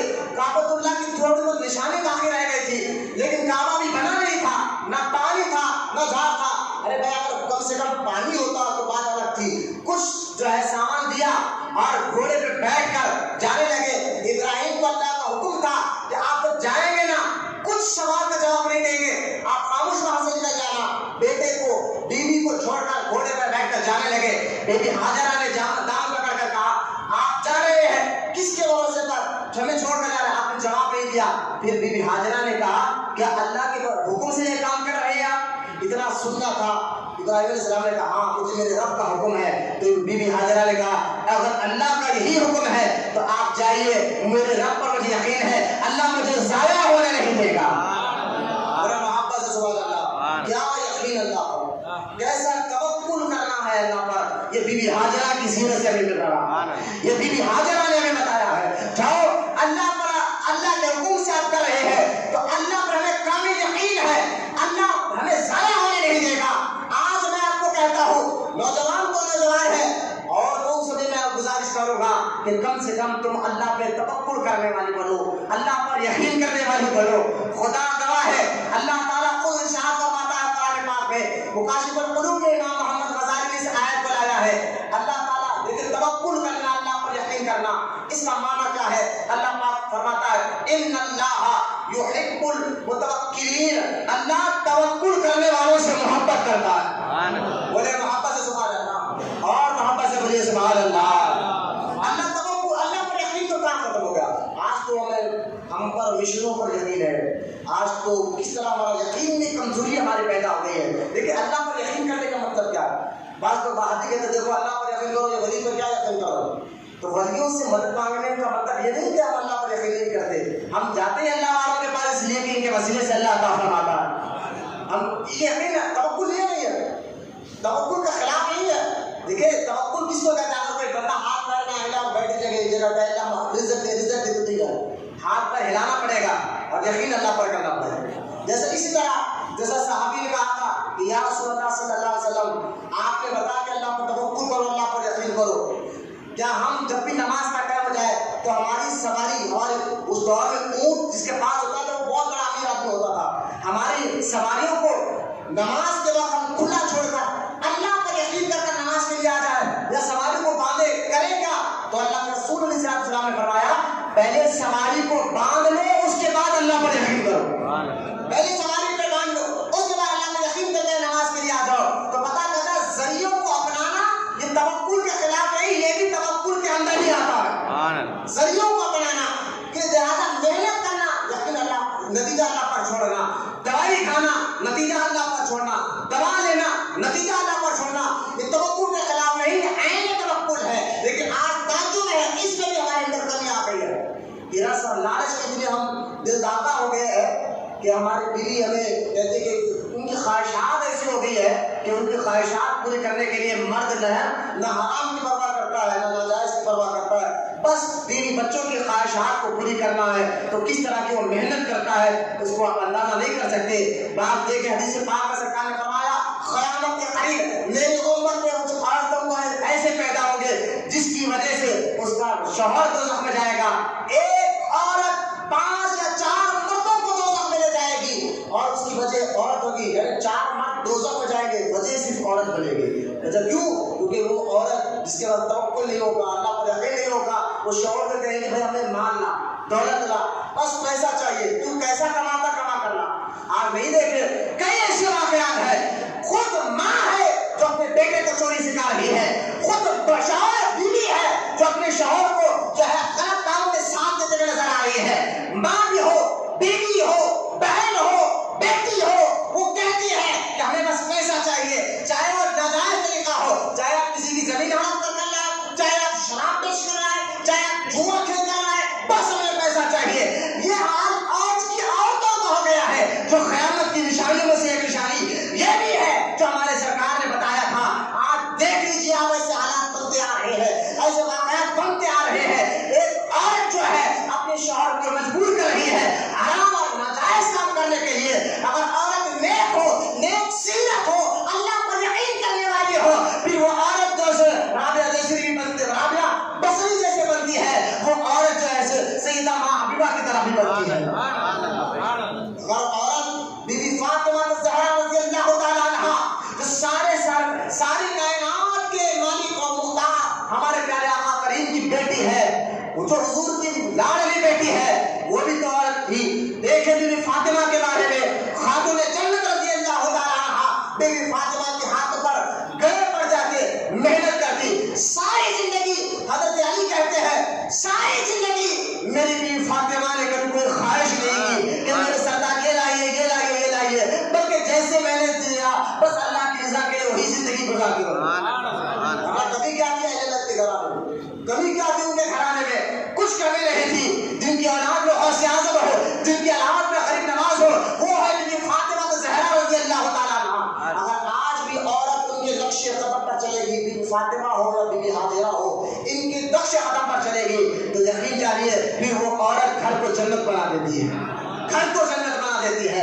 ہر عورت تو ایسی بننا چاہیے۔ پہلے دور کا ہم اپنے والد سے بھی سنتے تھے، بڑوں سے بھی سنتے تھے، ماں ہو یا بیوی ہو، جب شوہر کام کے لیے باہر نکلتا یا بیٹا کام کے لیے باہر نکلتا، یہی ماں تھی، یہی عورت تھی جو اپنے بیٹے کو کہتی تھی بیٹا 1 روپیہ صحیح، 1 آنا صحیح لیکن حلال کا لانا، 1 آنا لانا لیکن حلال کا لانا۔ بیوی اپنے شوہر سے یہی کہہ کر بھیجتی تھی بیٹا شوہر سے میرے ساتھ بھوکے رہ جائیں گے، اگر دونوں کام نہیں ملا ہم فاقے میں وقت گزاریں گے، لیکن خدا کی قسم 1 آنا لانا لیکن حلال کا لانا۔ آج دیکھ لیجئے ایسے گھروں میں ہی تو غوث اعظم پیدا ہوئے، ایسے گھروں میں ہی اللہ کے نیک ولی پیدا ہوئے۔ آج ہمارے گھروں میں اللہ کے ولی نیک بندے کیوں پیدا نہیں ہو رہے ہیں؟ میں نے کہا مال کا اثر، مال آپ لاتے ہیں ناجائز طریقے سے کما کر، اس کا اثر کیا ہوتا ہے؟ اور اثر تو خود کی جان پر بھی ہوتا ہے۔ آپ کی دنیا تو جاتے ہی جاتی ہے، آخرت بھی جاتی ہے، اولاد پر بھی اس کا اثر پڑتا ہے۔ بچے نافرمان پیدا ہوتے ہیں، بچے جو ہے ماں باپ کو گالی دینے والے پیدا ہوتے ہیں، اس کے پیچھے مال اور پیسے کا بھی اثر ہوتا ہے۔ یہ فوج آپ کو دے رہا ہو کہ اگر اللہ پر یقین توکل مضبوط کریے، پھر اللہ تعالیٰ سرکار نے فرمایا اللہ پر ایسے یقین رکھو جیسے پرندے اللہ پر یقین رکھتے ہیں۔ آسمان میں اڑنے والے پرندے جب اپنے مکان سے نکلتے ہیں تو رات میں واپس آتے ہیں تو ان کا پیٹ بھرا ہوا ہوتا ہے، نکلتے وقت بھوکے ہوتے ہیں، واپس آتے ہیں تو پیٹ بھرا ہوا ہوتا ہے۔ یقین جانیے جو اللہ پر یقین کرتا ہے، توکل کرتا ہے، خود اللہ قرآن میں فرماتا ہے میں اس سے محبت کرتا ہوں، میں اس سے محبت کرتا ہوں۔ کتنی عورتیں ہیں، اگر عورتوں کے واقعات میں بتاؤ جو عابدہ، زاہدہ، طیبہ، طاہرہ گزری ہے، جس کا آپ اندازہ نہیں کر سکتے، وہی بھی تو عورت تھی۔ لیکن آج عورت کا معنی ہی بدل کر رکھ دیا ہے۔ اب جانتے ہیں عورت کا لفظ ہی پڑتا ہے، عورت کا معنی ہی پڑتا ہے، لیکن آج عورتوں کا لباس، عورتوں کے یہاں تک کے برقعوں کو آپ دیکھ لیجیے، وہ برقعے جو آج ہم سمجھ رہے ہیں۔ آپ میں اس لیے بات سنا رہا ہوں، سنیے، حدیث مبارکہ میں آیا ہے کہ جو مرد دیکھتا ہے کہ اس کی عورت ایسا کام کر رہی ہے جس کام سے اللہ رسول ناراض ہوتے ہو اور یہ خاموش بیٹھا ہے، کچھ نہیں بول رہا ہے، تو ایسے مردوں کو حدیث میں آیا ہے وہ دیوس سے دیوس، اور ایسے مردوں کو اللہ دوزخ میں ڈالے گا، اور ایسے مردوں کی نہ امامت قبول ہوگی نہ عبادت قبول ہوگی۔ یہ ہے مرد جو اپنی بیوی پر نمک چائے جو ہے میٹھی چائے میٹھی ہونے پر باتیں کرتے ہو، لیکن وہی عورت نماز نہیں پڑھتی تو خاموش ہوتا ہے، وہی عورت ایسے کپڑے پہنتی ہو جسے بدن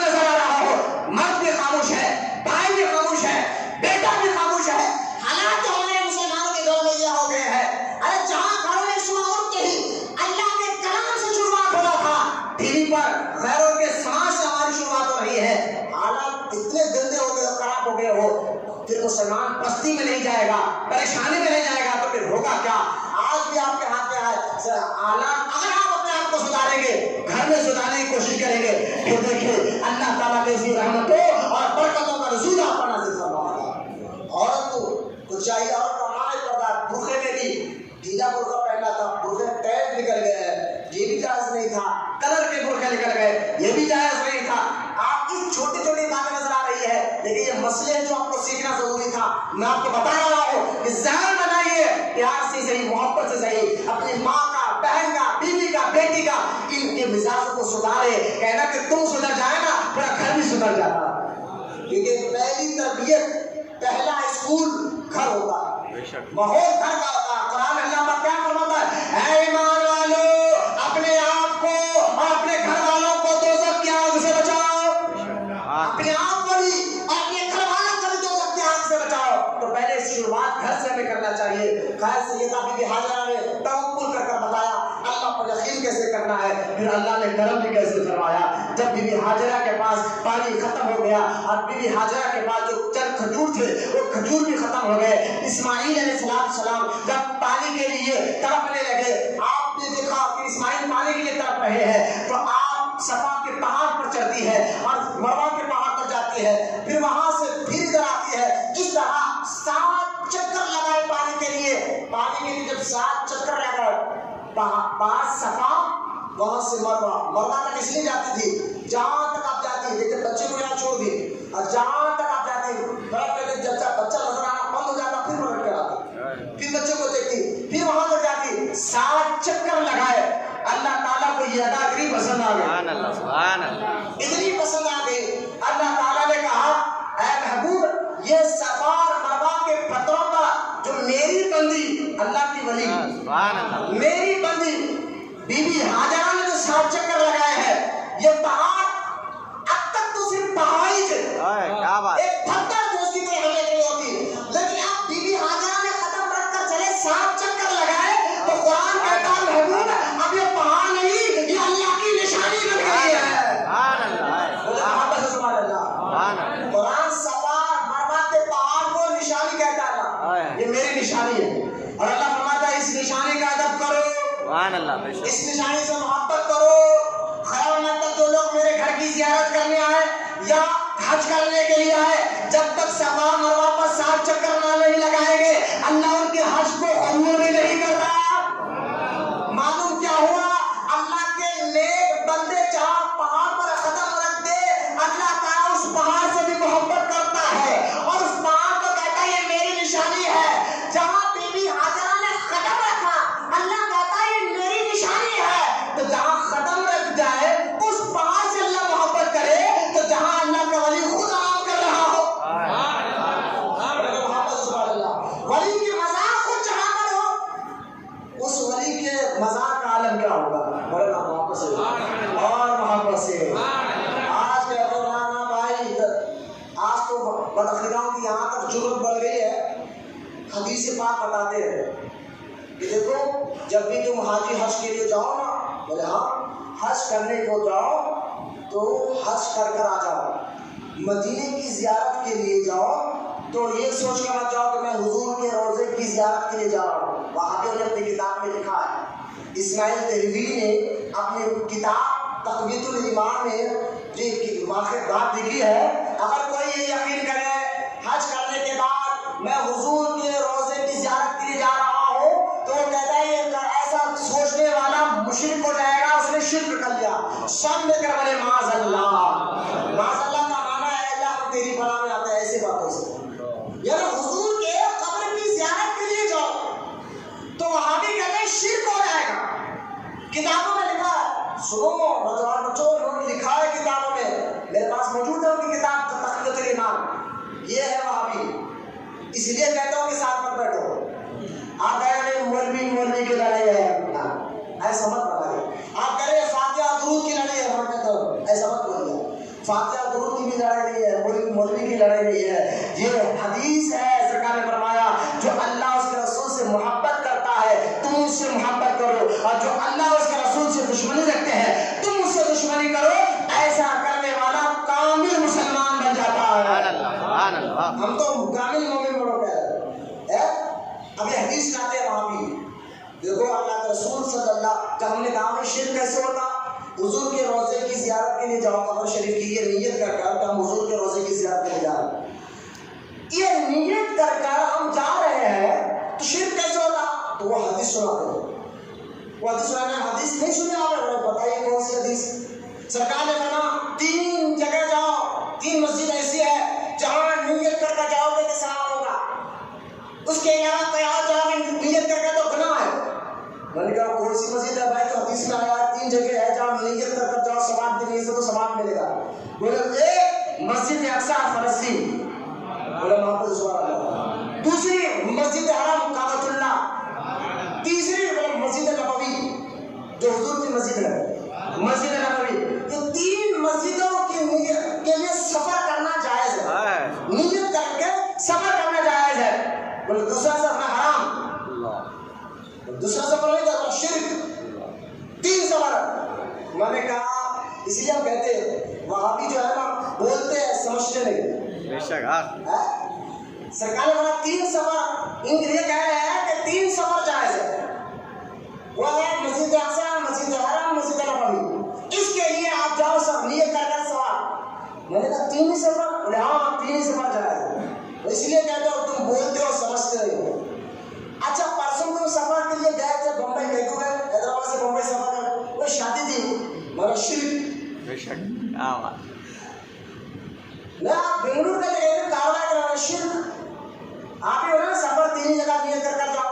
آپ کاروبار کی نیت سے بنگلور گئے, شادی کی نیت سے بمبئی گئے, یہ سفر نہیں ہے. بولے ہے تو شرک نہیں ہوا؟ بولے نہیں بات ایسی نہیں. میں نے کہا بات ایسی نہیں, تمہاری بات تمہاری روح میں مار رہے, تم حدیث کو سمجھے نہیں ہو. سرکار کہہ رہے 3 مسجدوں کے علاوہ کئی اور مسجد میں گئے تو غلط ہے.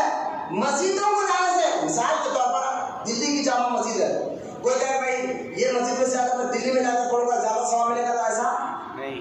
3 مسجدیں وہی ثواب ہے. مسجد اقصی, مسجد حرم, مسجد نبوی. مسجد اقصی, مسجد نبوی میں 50,000 نماز کا ثواب ملتا, اور کعبۃ اللہ کے سامنے نماز پڑھنے سے 1 لاکھ نماز پڑھنے کا ثواب ملتا. تو لہٰذا یہاں ثواب ہے. اگر دلی کی بڑی مسجد میں جا کر نماز پڑھو گے وہاں بھی ثواب زیادہ, تو یہ غلط ہے, یہ غلط ہے. تو نے سنا پھر کہ خاموش بیٹھ کے بولے میں نے, آپ سمجھے نہیں, ہم اس لیے منع کر رہے ہیں. اللہ کے رسول صلی اللہ علیہ وسلم نے ارشاد فرمایا میرے جانے کے بعد تم میری خبروں کی زیارت کو عیدگاہ نہ بناؤ, میلہ نہ بناؤ. لہذا خبروں کو جانا حرام, شرک ہو جائے. سرکار نے خود منع کر دیا میری خبر کو تم عیدگاہ نہ بناؤ اور جیسے میلہ نہ بناؤ. میں نے کہا یہی بات ہے. ہاں یہی آپ کو بتانا تھا, اس لیے بولے مدینہ میں جاؤ, جاؤ گے تو حرام ہو جائے گا, شرک ہو جائے گا.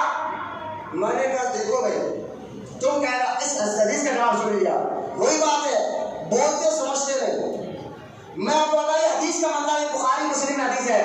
1400 سال سے صحابہ اس حدیث کو بتاتے ہوئے آ رہے ہیں. سبحان اللہ, بولا محبت سبحان اللہ. حدیث کا مطلب آ جائے سرکار نے کیا بولا میری خبر کو عیدگاہ نہ بناؤ.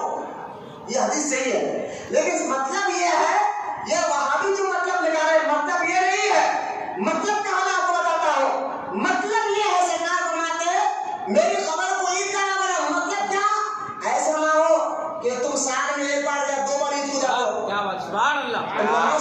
عیدگاہ کب جاتے ہیں؟ سال میں 2 ہی بار جاتے ہیں.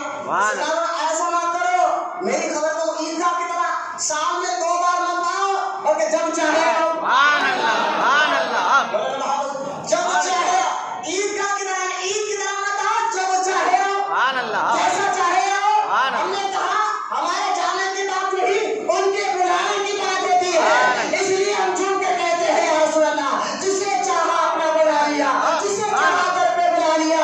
یہ بڑے کرم کے فیصلے, یہ بڑے نصیب کی بات ہے.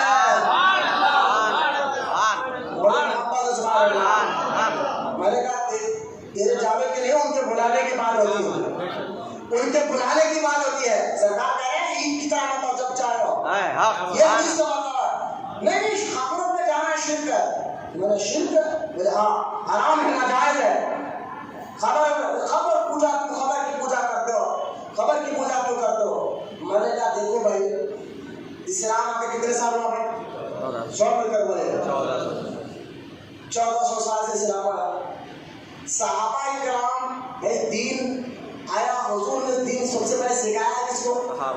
100 مل کر بولے صحابہ کو سکھایا. تو سب سے زیادہ دین کے سمجھنے والے صحابی ہیں. بے شک سبحان اللہ. صحابی ہے یا وہابی ہے؟ صحابی ہے نا. سبحان اللہ. صحابی تو ہر وقت حضور کی خبر پہ بھی جاتے ہیں. سبحان اللہ. محبت سے سبحان اللہ. میں بولو آج کے لیٹسٹ مولیوں کی بات نہ سنو، 1400 سال پیچھے چلے جاؤ، صحابہ کرام کی بات کر رہا ہوں. سبحان اللہ. حضور صلی اللہ علیہ وسلم کی قبر مبارک پر صحابہ جاتے تھے. سبحان اللہ. بے شک. میں آپ کو بتاؤں حدیث بات جو مسلم ابن شیبہ میں بھی حدیث پاک ہے، طبقات ابو اشعری میں بھی حدیث پاک موجود ہے. یہ حدیث کے کتابیں کے نام اس لیے نہ ہو کہ بیان ریکارڈ ہو رہا ہے. سنیں بڑی مشہور کتابیں ہیں. حضرت عمر ابن خطاب کا دور، سبحان اللہ. حضرت فاروق اعظم کا دور مبارک ہے. میں اپنے عنوان سے ہٹا رہی ہوں، اسی ٹاپک پہ ہوں، لیکن بتانا چاہتا ہوں اللہ کے نیک بندے جو آرام کرتے ہیں وہ بھی اللہ کی نشانی ہے. جہاں ختم لگے تھے بی بی حاجرہ، اس پہاڑ پر اللہ اپنی نشانی دے رہا. تو جہاں پورا جسم لگا ہو وہ جگہ اللہ کی کتنی محبوب ہوگی. اور وہاں نہ جائے یا ختم لگا وہاں جسم لگا ہے وہاں نہ جائے. سنو میں آپ کو پہلے سناتا ہوں. اللہ کے رسول علیہ السلام کی بارگاہ میں حاضری دینا یہ خود صحابہ کا بھی طریقہ رہا. جب بھی مشکل آتی تھی نا صحابہ کو وہ حضور کے بارگاہ ہی مانتے تھے. حضور کی ظاہری زندگی میں ان کا یہ عمل تھا، حضور کے دنیا سے جانے کے بعد بھی صحابہ کا یہ عمل تھا. ابو قتادہ رضی اللہ تعالیٰ عنہ جنگ لڑ رہے، آنکھ پہ تیر آ کر لگی، آنکھ نکل گئی، مار لگا، آنکھ نکل گئی تیر سے. حضرت ابو قتادہ آنکھ ہاتھ میں لیے، بھائی کام مار لگا تو ڈاکٹر کے پاس جاتے ہیں. جانا کہا تھا صحابی ہاسپٹل جائے، ڈاکٹر کو لگا آنکھ نکل گئی، چلو ٹھیک ہے میدان میں اللہ کی راہ میں لڑ رہے. اگر ڈاکٹر نہیں تو کم سے کم مسجد میں جاتے ہیں، اللہ تیرے نام پر لڑ رہا تھا، تیرے دشمنوں سے لڑ رہا تھا. نہ وہ ڈاکٹر کے پاس جاتے ہیں نہ مسجد میں جاتے ہیں، آتے تو مصطفیٰ کے دربار میں آتے ہیں. بڑے محبت سبحان اللہ. حضور کی دربار میں آتے ہیں. حضور بیٹھے، سرکار آنکھ نکل گئی، سرکار نے یہ نہیں کہا ٹھیک ہے بیٹھو میں ڈاکٹر کو بلا. حضرت صفیہ رضی اللہ عنہا حضور کی پھوپھی یہ بڑے ڈاکٹر تھے. سرکار نے کہا ٹھہرو میں بلاتا ہوں ڈاکٹر کو، وہ علاج کر دیں گے. نا میرے آقا نے کہا خلیفہ سرکار نے اپنا لعاب دہن تھوک لگا کر آنکھ کو جڑا دیا تو اسی وقت آنکھ جڑ گئی. اسی وقت آنکھ جڑ گئی. میں بتانا چاہتا ہوں کہ صحابہ کا عقیدہ جب بھی مشکل آتی تو حضور کی بارگاہ میں جاتے تھے. چاہے وہ ظاہری زندگی کا مسئلہ ہو، چاہے جو ہے حضور کی دنیا میں جانے کے بعد. حضرت عمر کا دور ہے. دیکھیے حضرت حضور جب دنیا سے گئے تو 2 سال ابو بکر صدیق نے خلافت کی. کتنے سال؟ اس کے بعد ابو بکر صدیق کی وفات کے بعد حضرت عمر کا دور ہے. یعنی حضور پردہ فرما کر 2-3 سال ہو چکا تھا. جب کی بات ہے حضرت عمر کے دور میں قحط پڑ گیا. اتنا زبردست قحط تھا وہ کہ انسان تو انسان پانی کے لیے اتنا، جانور بھی اتنے ہو گئے تھے کہ جانوروں کو جب ذبح کر حضرت عمر نے دیکھا کہ ذبح کیا جائے تو جب جو جانور ہے بکرے کو یا بکری کو ذبح کرتے، ذبح کرنے کے بعد چمڑے کو نکالتے تو چمڑے کے اندر ہڈی کے سوا گوشت کی بوٹی نہیں ہوتی. یہ جانور پانی کے لیے تب تڑپ گئے. ایک حال جانوروں کا ہو گیا، پانی کے لیے تڑپ گئے.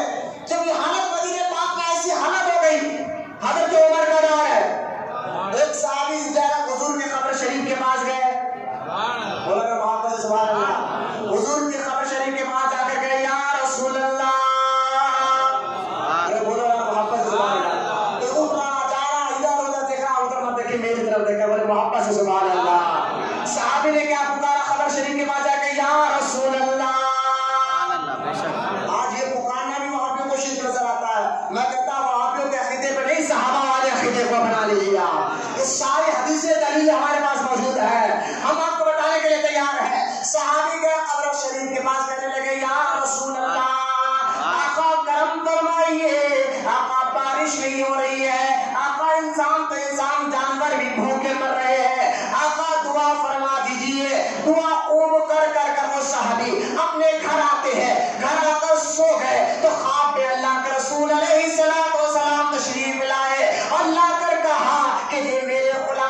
تیری عرضی کو میں نے سن لی ہے، اللہ کی بارگاہ میں پہنچا دی ہے، جا حضرت عمر کو میرا سلام کہہ دے اور عمر کو کہنا کہ بارش قریب ہونے والی ہے۔ محبت سے سبحان اللہ۔ اگر چاہتے تو ڈائریکٹ حضور کے عمر کے بھی خواب میں جاتے تھے، لیکن آج میں غلام اس خواب میں تاکہ پتہ چلے کہ اس کا خواب کیا ہے۔ وہ اس خواب میں آئے، اٹھے صبح دوڑتے گئے، اے حضرت عمر، خواب میں اللہ کے رسول آئے اور آپ کو سلام کہا اور کہا کہ بارش ہونے والی ہے۔ حضرت عمر کا چہرہ کھل گیا، فاروق اعظم مسکرانے لگے اور اسی وقت نماز کے لیے دعا کے لیے ہاتھ اٹھائے، اے اللہ بارش برسا دے۔ اتنے میں حضرت عمر نے دیکھا کہ حضور کے چاچا حضرت عباس آ رہے ہیں۔ حضور کے چاچا کون؟ حضور کے چاچا حضرت عباس آ رہے ہیں، دعا کر رہے تھے، چاچا پہ نظر پڑی، حضرت عمر کا عقیدہ دیکھے، اللہ کے رسول حضرت عمر کہنے لگے، اے اللہ کم سے کم یہ حضور کے چاچا ہے، چاچا ان کے وسیلے سے تو بارش برسا دے۔ سبحان اللہ، سبحان اللہ، وسیلہ لینا حرام ناجائز ہوتا۔ کیا بات، سبحان اللہ، سبحان۔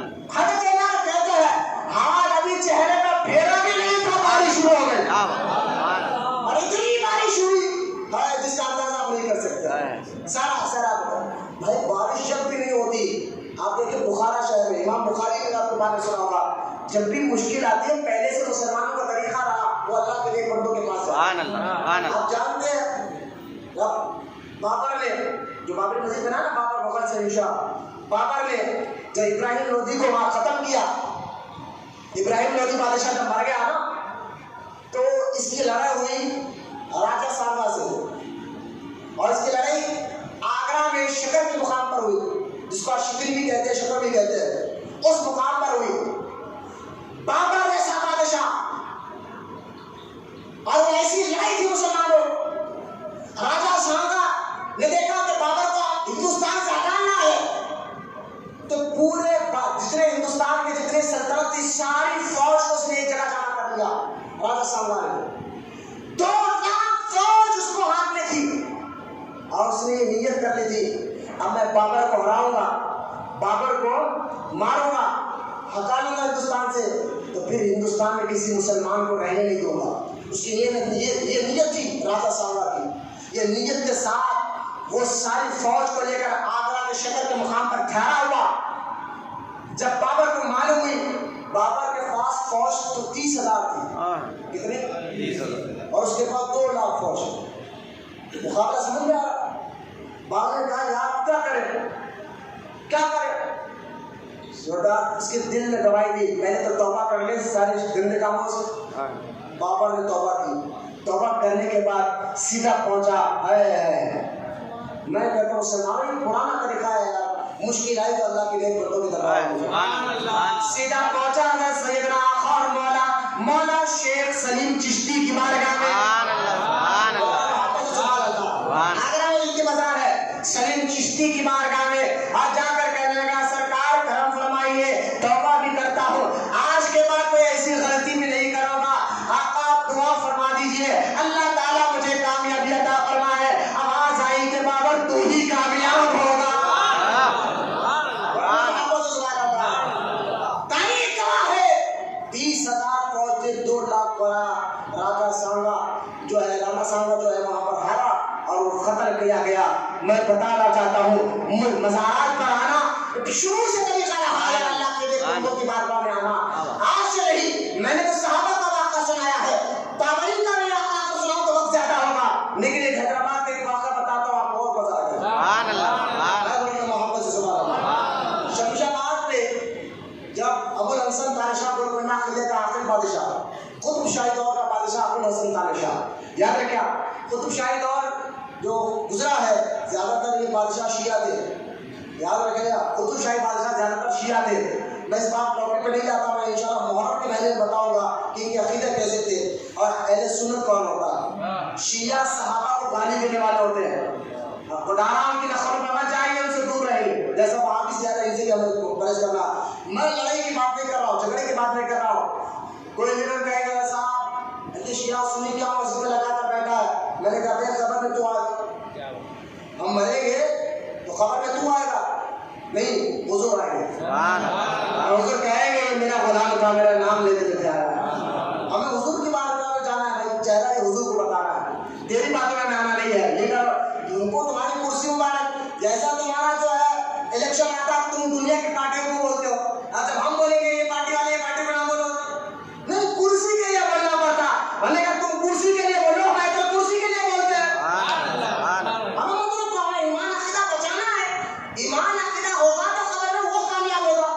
خیر آپ دیکھیں ابو الحسن تانشاہ کے دور میں جو ہے شمشاباد کا جو وزیر تھا اس کا نام جو ہے ستنا رانا کچھ ایسے نام کا نام میرے ذہن نہیں آ رہا.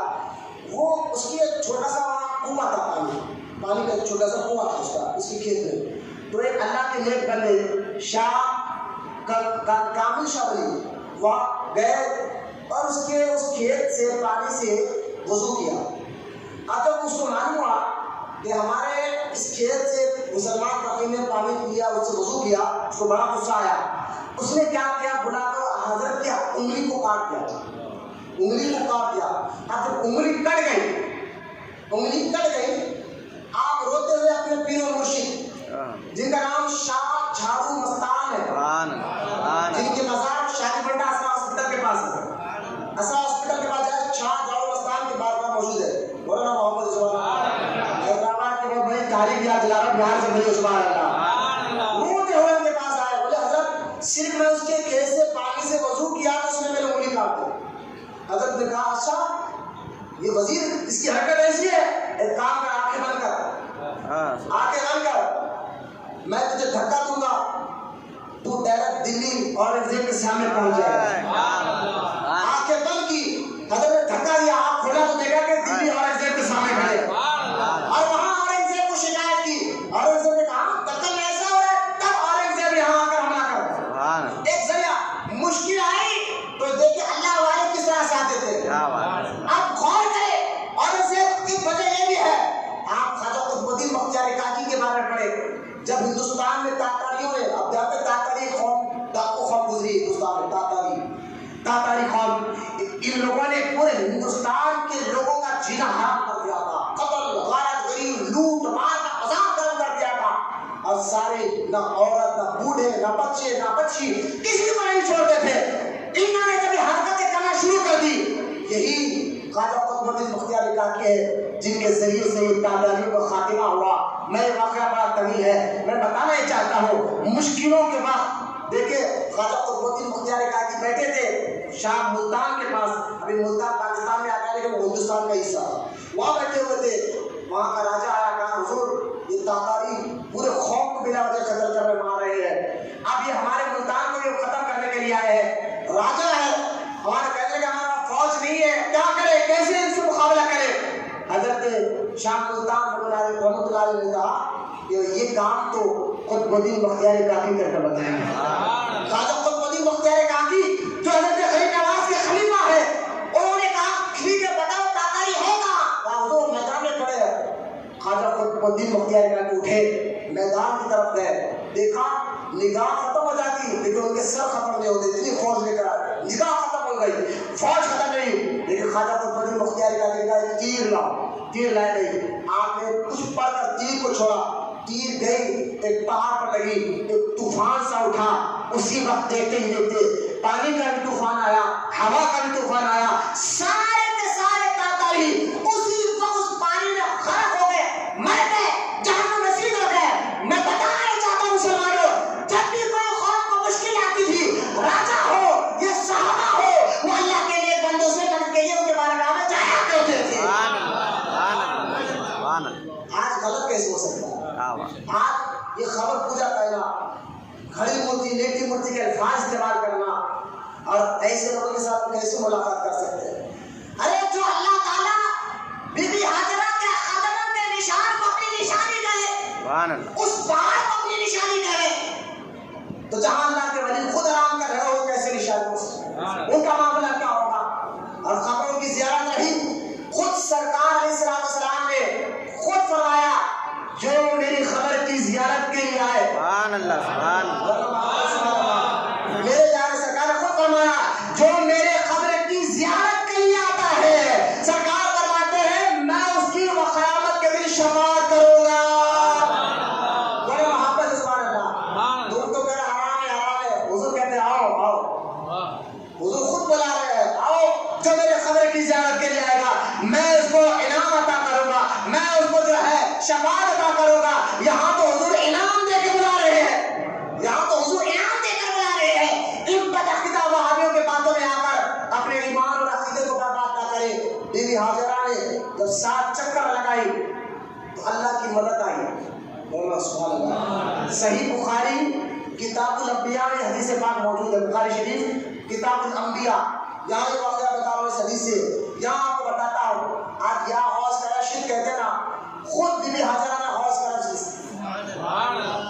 بی بی حاجرہ جو چکر لگا رہی تھی نا صاحب, اور اللہ نے فرشتے کو حکم دیا, وہ فرشتہ اللہ کے حکم سے جب آیا تو فرشتوں کے پرپراؤں کے پر کی جو آواز آئی, پر کی جو آواز آئی, پر کی جیسے آواز آنا تھا, بی بی حاجرہ کہتے ہیں یا عغیث.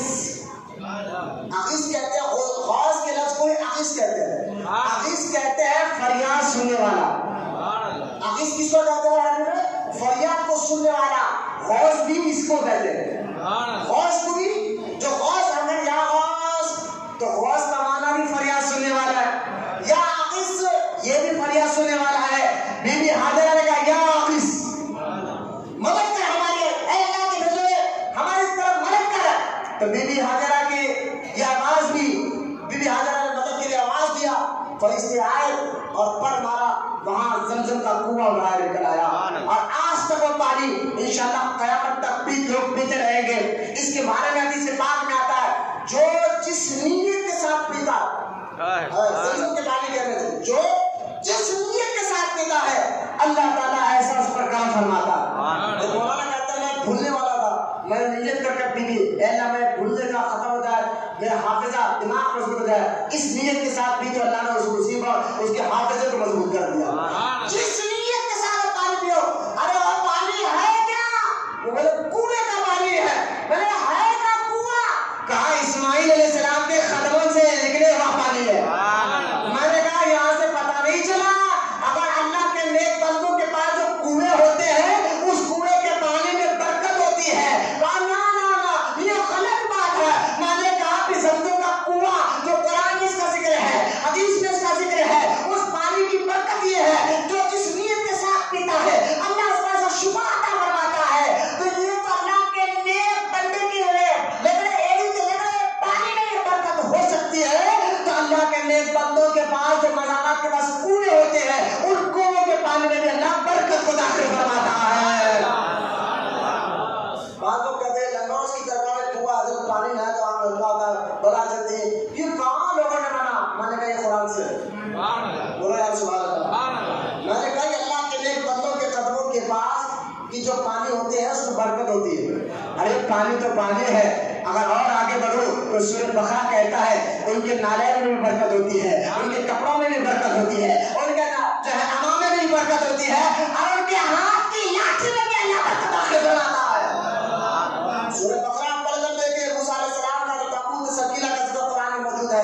کیا تھا وہ تابوت میں؟ پیٹی میں, جس کو اللہ قرآن میں یاد کر رہا ہے اور کہتا ہے اس میں ہم نے برکت رکھی ہے. اور جو اس تابوت پیٹی کے لے کر وسیلہ لے کر دعائیں کرتے اللہ تعالیٰ کی دعاؤں کو قبول فرماتا تھا. حضرت اسماعیل علیہ السلام جب بڑے ہوئے اللہ کا حکم ہوا مینا کے میدان میں کہ آپ جو ہے یہاں ذبح کرنے کا جو واقعہ پیش آیا, آپ ذبح کرنا چاہتے تھے, شیطان نے دیکھا حج ہے کیا, حج ہے کیا, چاہے وہ عرفات میں آپ کو کھڑنا ہو, مزدلفہ میں آپ کو کھڑنا ہو, شیطان کو کنکری مارنا ہو, کعبے کا طواف کرنا ہو, یہ ساری ادائیں ہیں اللہ کے نیک بندوں کی.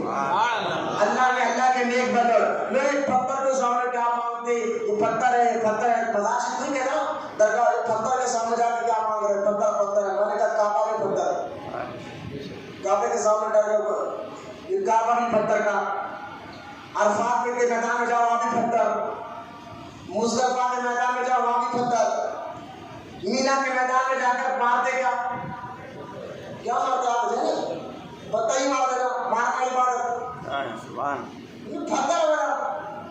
اب کعبے کے اندر ایک پتھر اور ہے, اس پتھر سے کعبے کا طواف شروع ہوتا ہے چوم کر ہے, وہ حجر اسود ہے, وہ بھی جنتی پتھر ہے, وہ بھی جنتی پتھر. اب غور کرے, سرکار کے حدیث سناتا ہوں, سنے بات ختم کر رہا ہوں. اللہ کے رسول علیہ السلام فرماتے ہیں کہ کعبے میں ایک پتھر ہے جو مجھے دیکھ کر سلام کرتا ہے. سبحان اللہ, سبحان اللہ, محبت سبحان اللہ. کعبے کے اندر ایک پتھر ہے جو مجھے دیکھ کر سلام کیا کرتا ہے, سلام. حضور فرماتے سلام کرتا ہے. اس حدیث کی شرح میں علماء کہتے ہیں پتھر کون سا پتھر ہے جو حضور کو دیکھ کے سلام کرتا تھا؟ تو حدیث میں آیا ہے، شرح میں آیا، علماء کہتے ہیں وہ حجر اسود تھا. وہ حجر اسود کعبے کی دیوار میں حجر اسود ہے، وہ حضور کو دیکھ کر سلام کرتا تھا. ارے بولے محبت سے سبحان اللہ. میں نے کہا دیکھو پتھر نے حضور کو سلام کیا. کعبے کے اندر اور بھی پتھر تھے. ایک روایت میں 360 پتھر تھے. بت پوجے جاتے تھے، کعبے کے اندر رکھے ہوئے تھے، کعبے کے اندر رکھے ہوئے تھے. لیکن ان پتھروں کو لگا دیا گیا اور جو پتھر حضور کو سلام کرتا تھا اس کو رکھ دیا گیا. جو پتھر حضور کو دیکھ کر سلام کرتا تھا اس کو رکھ دیا گیا. تو پتہ کیا چلا؟ جو حضور کو سلام کرتے ہیں، حضور کا درود و سلام بھیجتے ہیں، انشاءاللہ وہ اندر جنت میں داخل کر دیے جائیں گے اور جو نئے پتھر کو باہر نکال دیا جائے گا. یہ دونوں سلام پڑھنے میں کیا کوئی اعتراض ہے؟ حضرت سیدنا اسماعیل علیہ السلام کا یہ واقعہ بھی بڑا مشہور ہے. وقت نہیں ہے کہ میں اس پر ڈیٹیل بولوں، کہ وہاں رک رک کر میں بتاؤں گا. حج سارے جو حج میں جو ارکان ہیں، جو ایک حج میں جو کرتا ہے نا، وہ سارے ارکان کسی نہ کسی نیک بندوں کی یاد دلانے کے لیے. آپ دیکھیں کنکری جو مارتے ہیں، یہ بھی ابراہیم علیہ السلام نے مارا تھا. مثلا جب ابراہیم علیہ السلام ذبح کرنے کے لیے جا رہے تھے، بیٹے کو شیطان آگے کھڑا، میں جہاں نہیں دوں گا، نبی کو بھٹکا نہیں سکتا، پتھر بن کر چٹان میں کھڑا. ابراہیم علیہ السلام نے کنکر مارا، وہ پتھر اللہ تعالیٰ یا مارا تو بی بی ہاجرہ کے پاس گیا کہ آپ کے شوہر قتل کرنے جا رہے ہیں. میرے بیٹا کس باپ اپنے بیٹے کو کیوں قتل کرے گا؟ نہیں، ان کو اللہ کا حکم ہے. بی بی ہاجرہ نے کہا اللہ کا حکم ہے، ایک بیٹا ہے، کاش اگر 100 بھی ہوتے ایک ایک کر کے اس کے نام پر قربان کر دیتی. جب اسے بی بی ہاجرہ نے پتھر مارا، یہ ادا پر سوال ہے. اللہ نے کہا قیامت تک کے مسلمانوں کو میرے گھر کا طواف کرنے آؤ، حج کرنے آؤ، یہ اداؤں کو بھی اپناؤ، یہ میرے نیک بندوں کی اداؤں کو اپناؤ.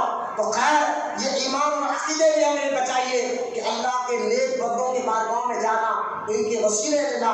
اس واقعہ سے ہمیں پتہ چل رہا ہے اللہ تعالیٰ کرم فرماتا ہے. اللہ کی بارگاہ میں دعا ہے اللہ تعالیٰ ہم تمام کو کہنے سننے سے زیادہ عمل کی توفیق عطا فرمائے. یا رب العالمین ہمیں سچا عاشق رسول بنا، ہمارے نسلوں میں عاشق رسول کو پیدا فرما. جتنے بوڑھے بچے نوجوان ہیں بیٹھے مولا کے بیٹھنے کو قبول فرما. پروردگار انہیں سچا عاشق رسول بنا. ہر سنی مسلمان کو بدعقیدہ تحریروں کو وہابیوں سے ان کے ایمان اور عقیدے کی حفاظت فرما. یا رب العالمین تیرے نیک بندوں سے محبت کے ساتھ ساتھ ان کے بتائے ہوئے طریقے پر بھی چلنے کی ہمیں توفیق عطا فرما. ہم سب کی دعاؤں کو سرکار مدینہ صلی اللہ تعالی علیہ وسلم کے صدقے میں، سرکار واسطہ رضی اللہ تعالی عنہ کے صدقے تو ہم سب کی دعاؤں کو قبول اور مقبول فرما. وما علینا الا البلاغ.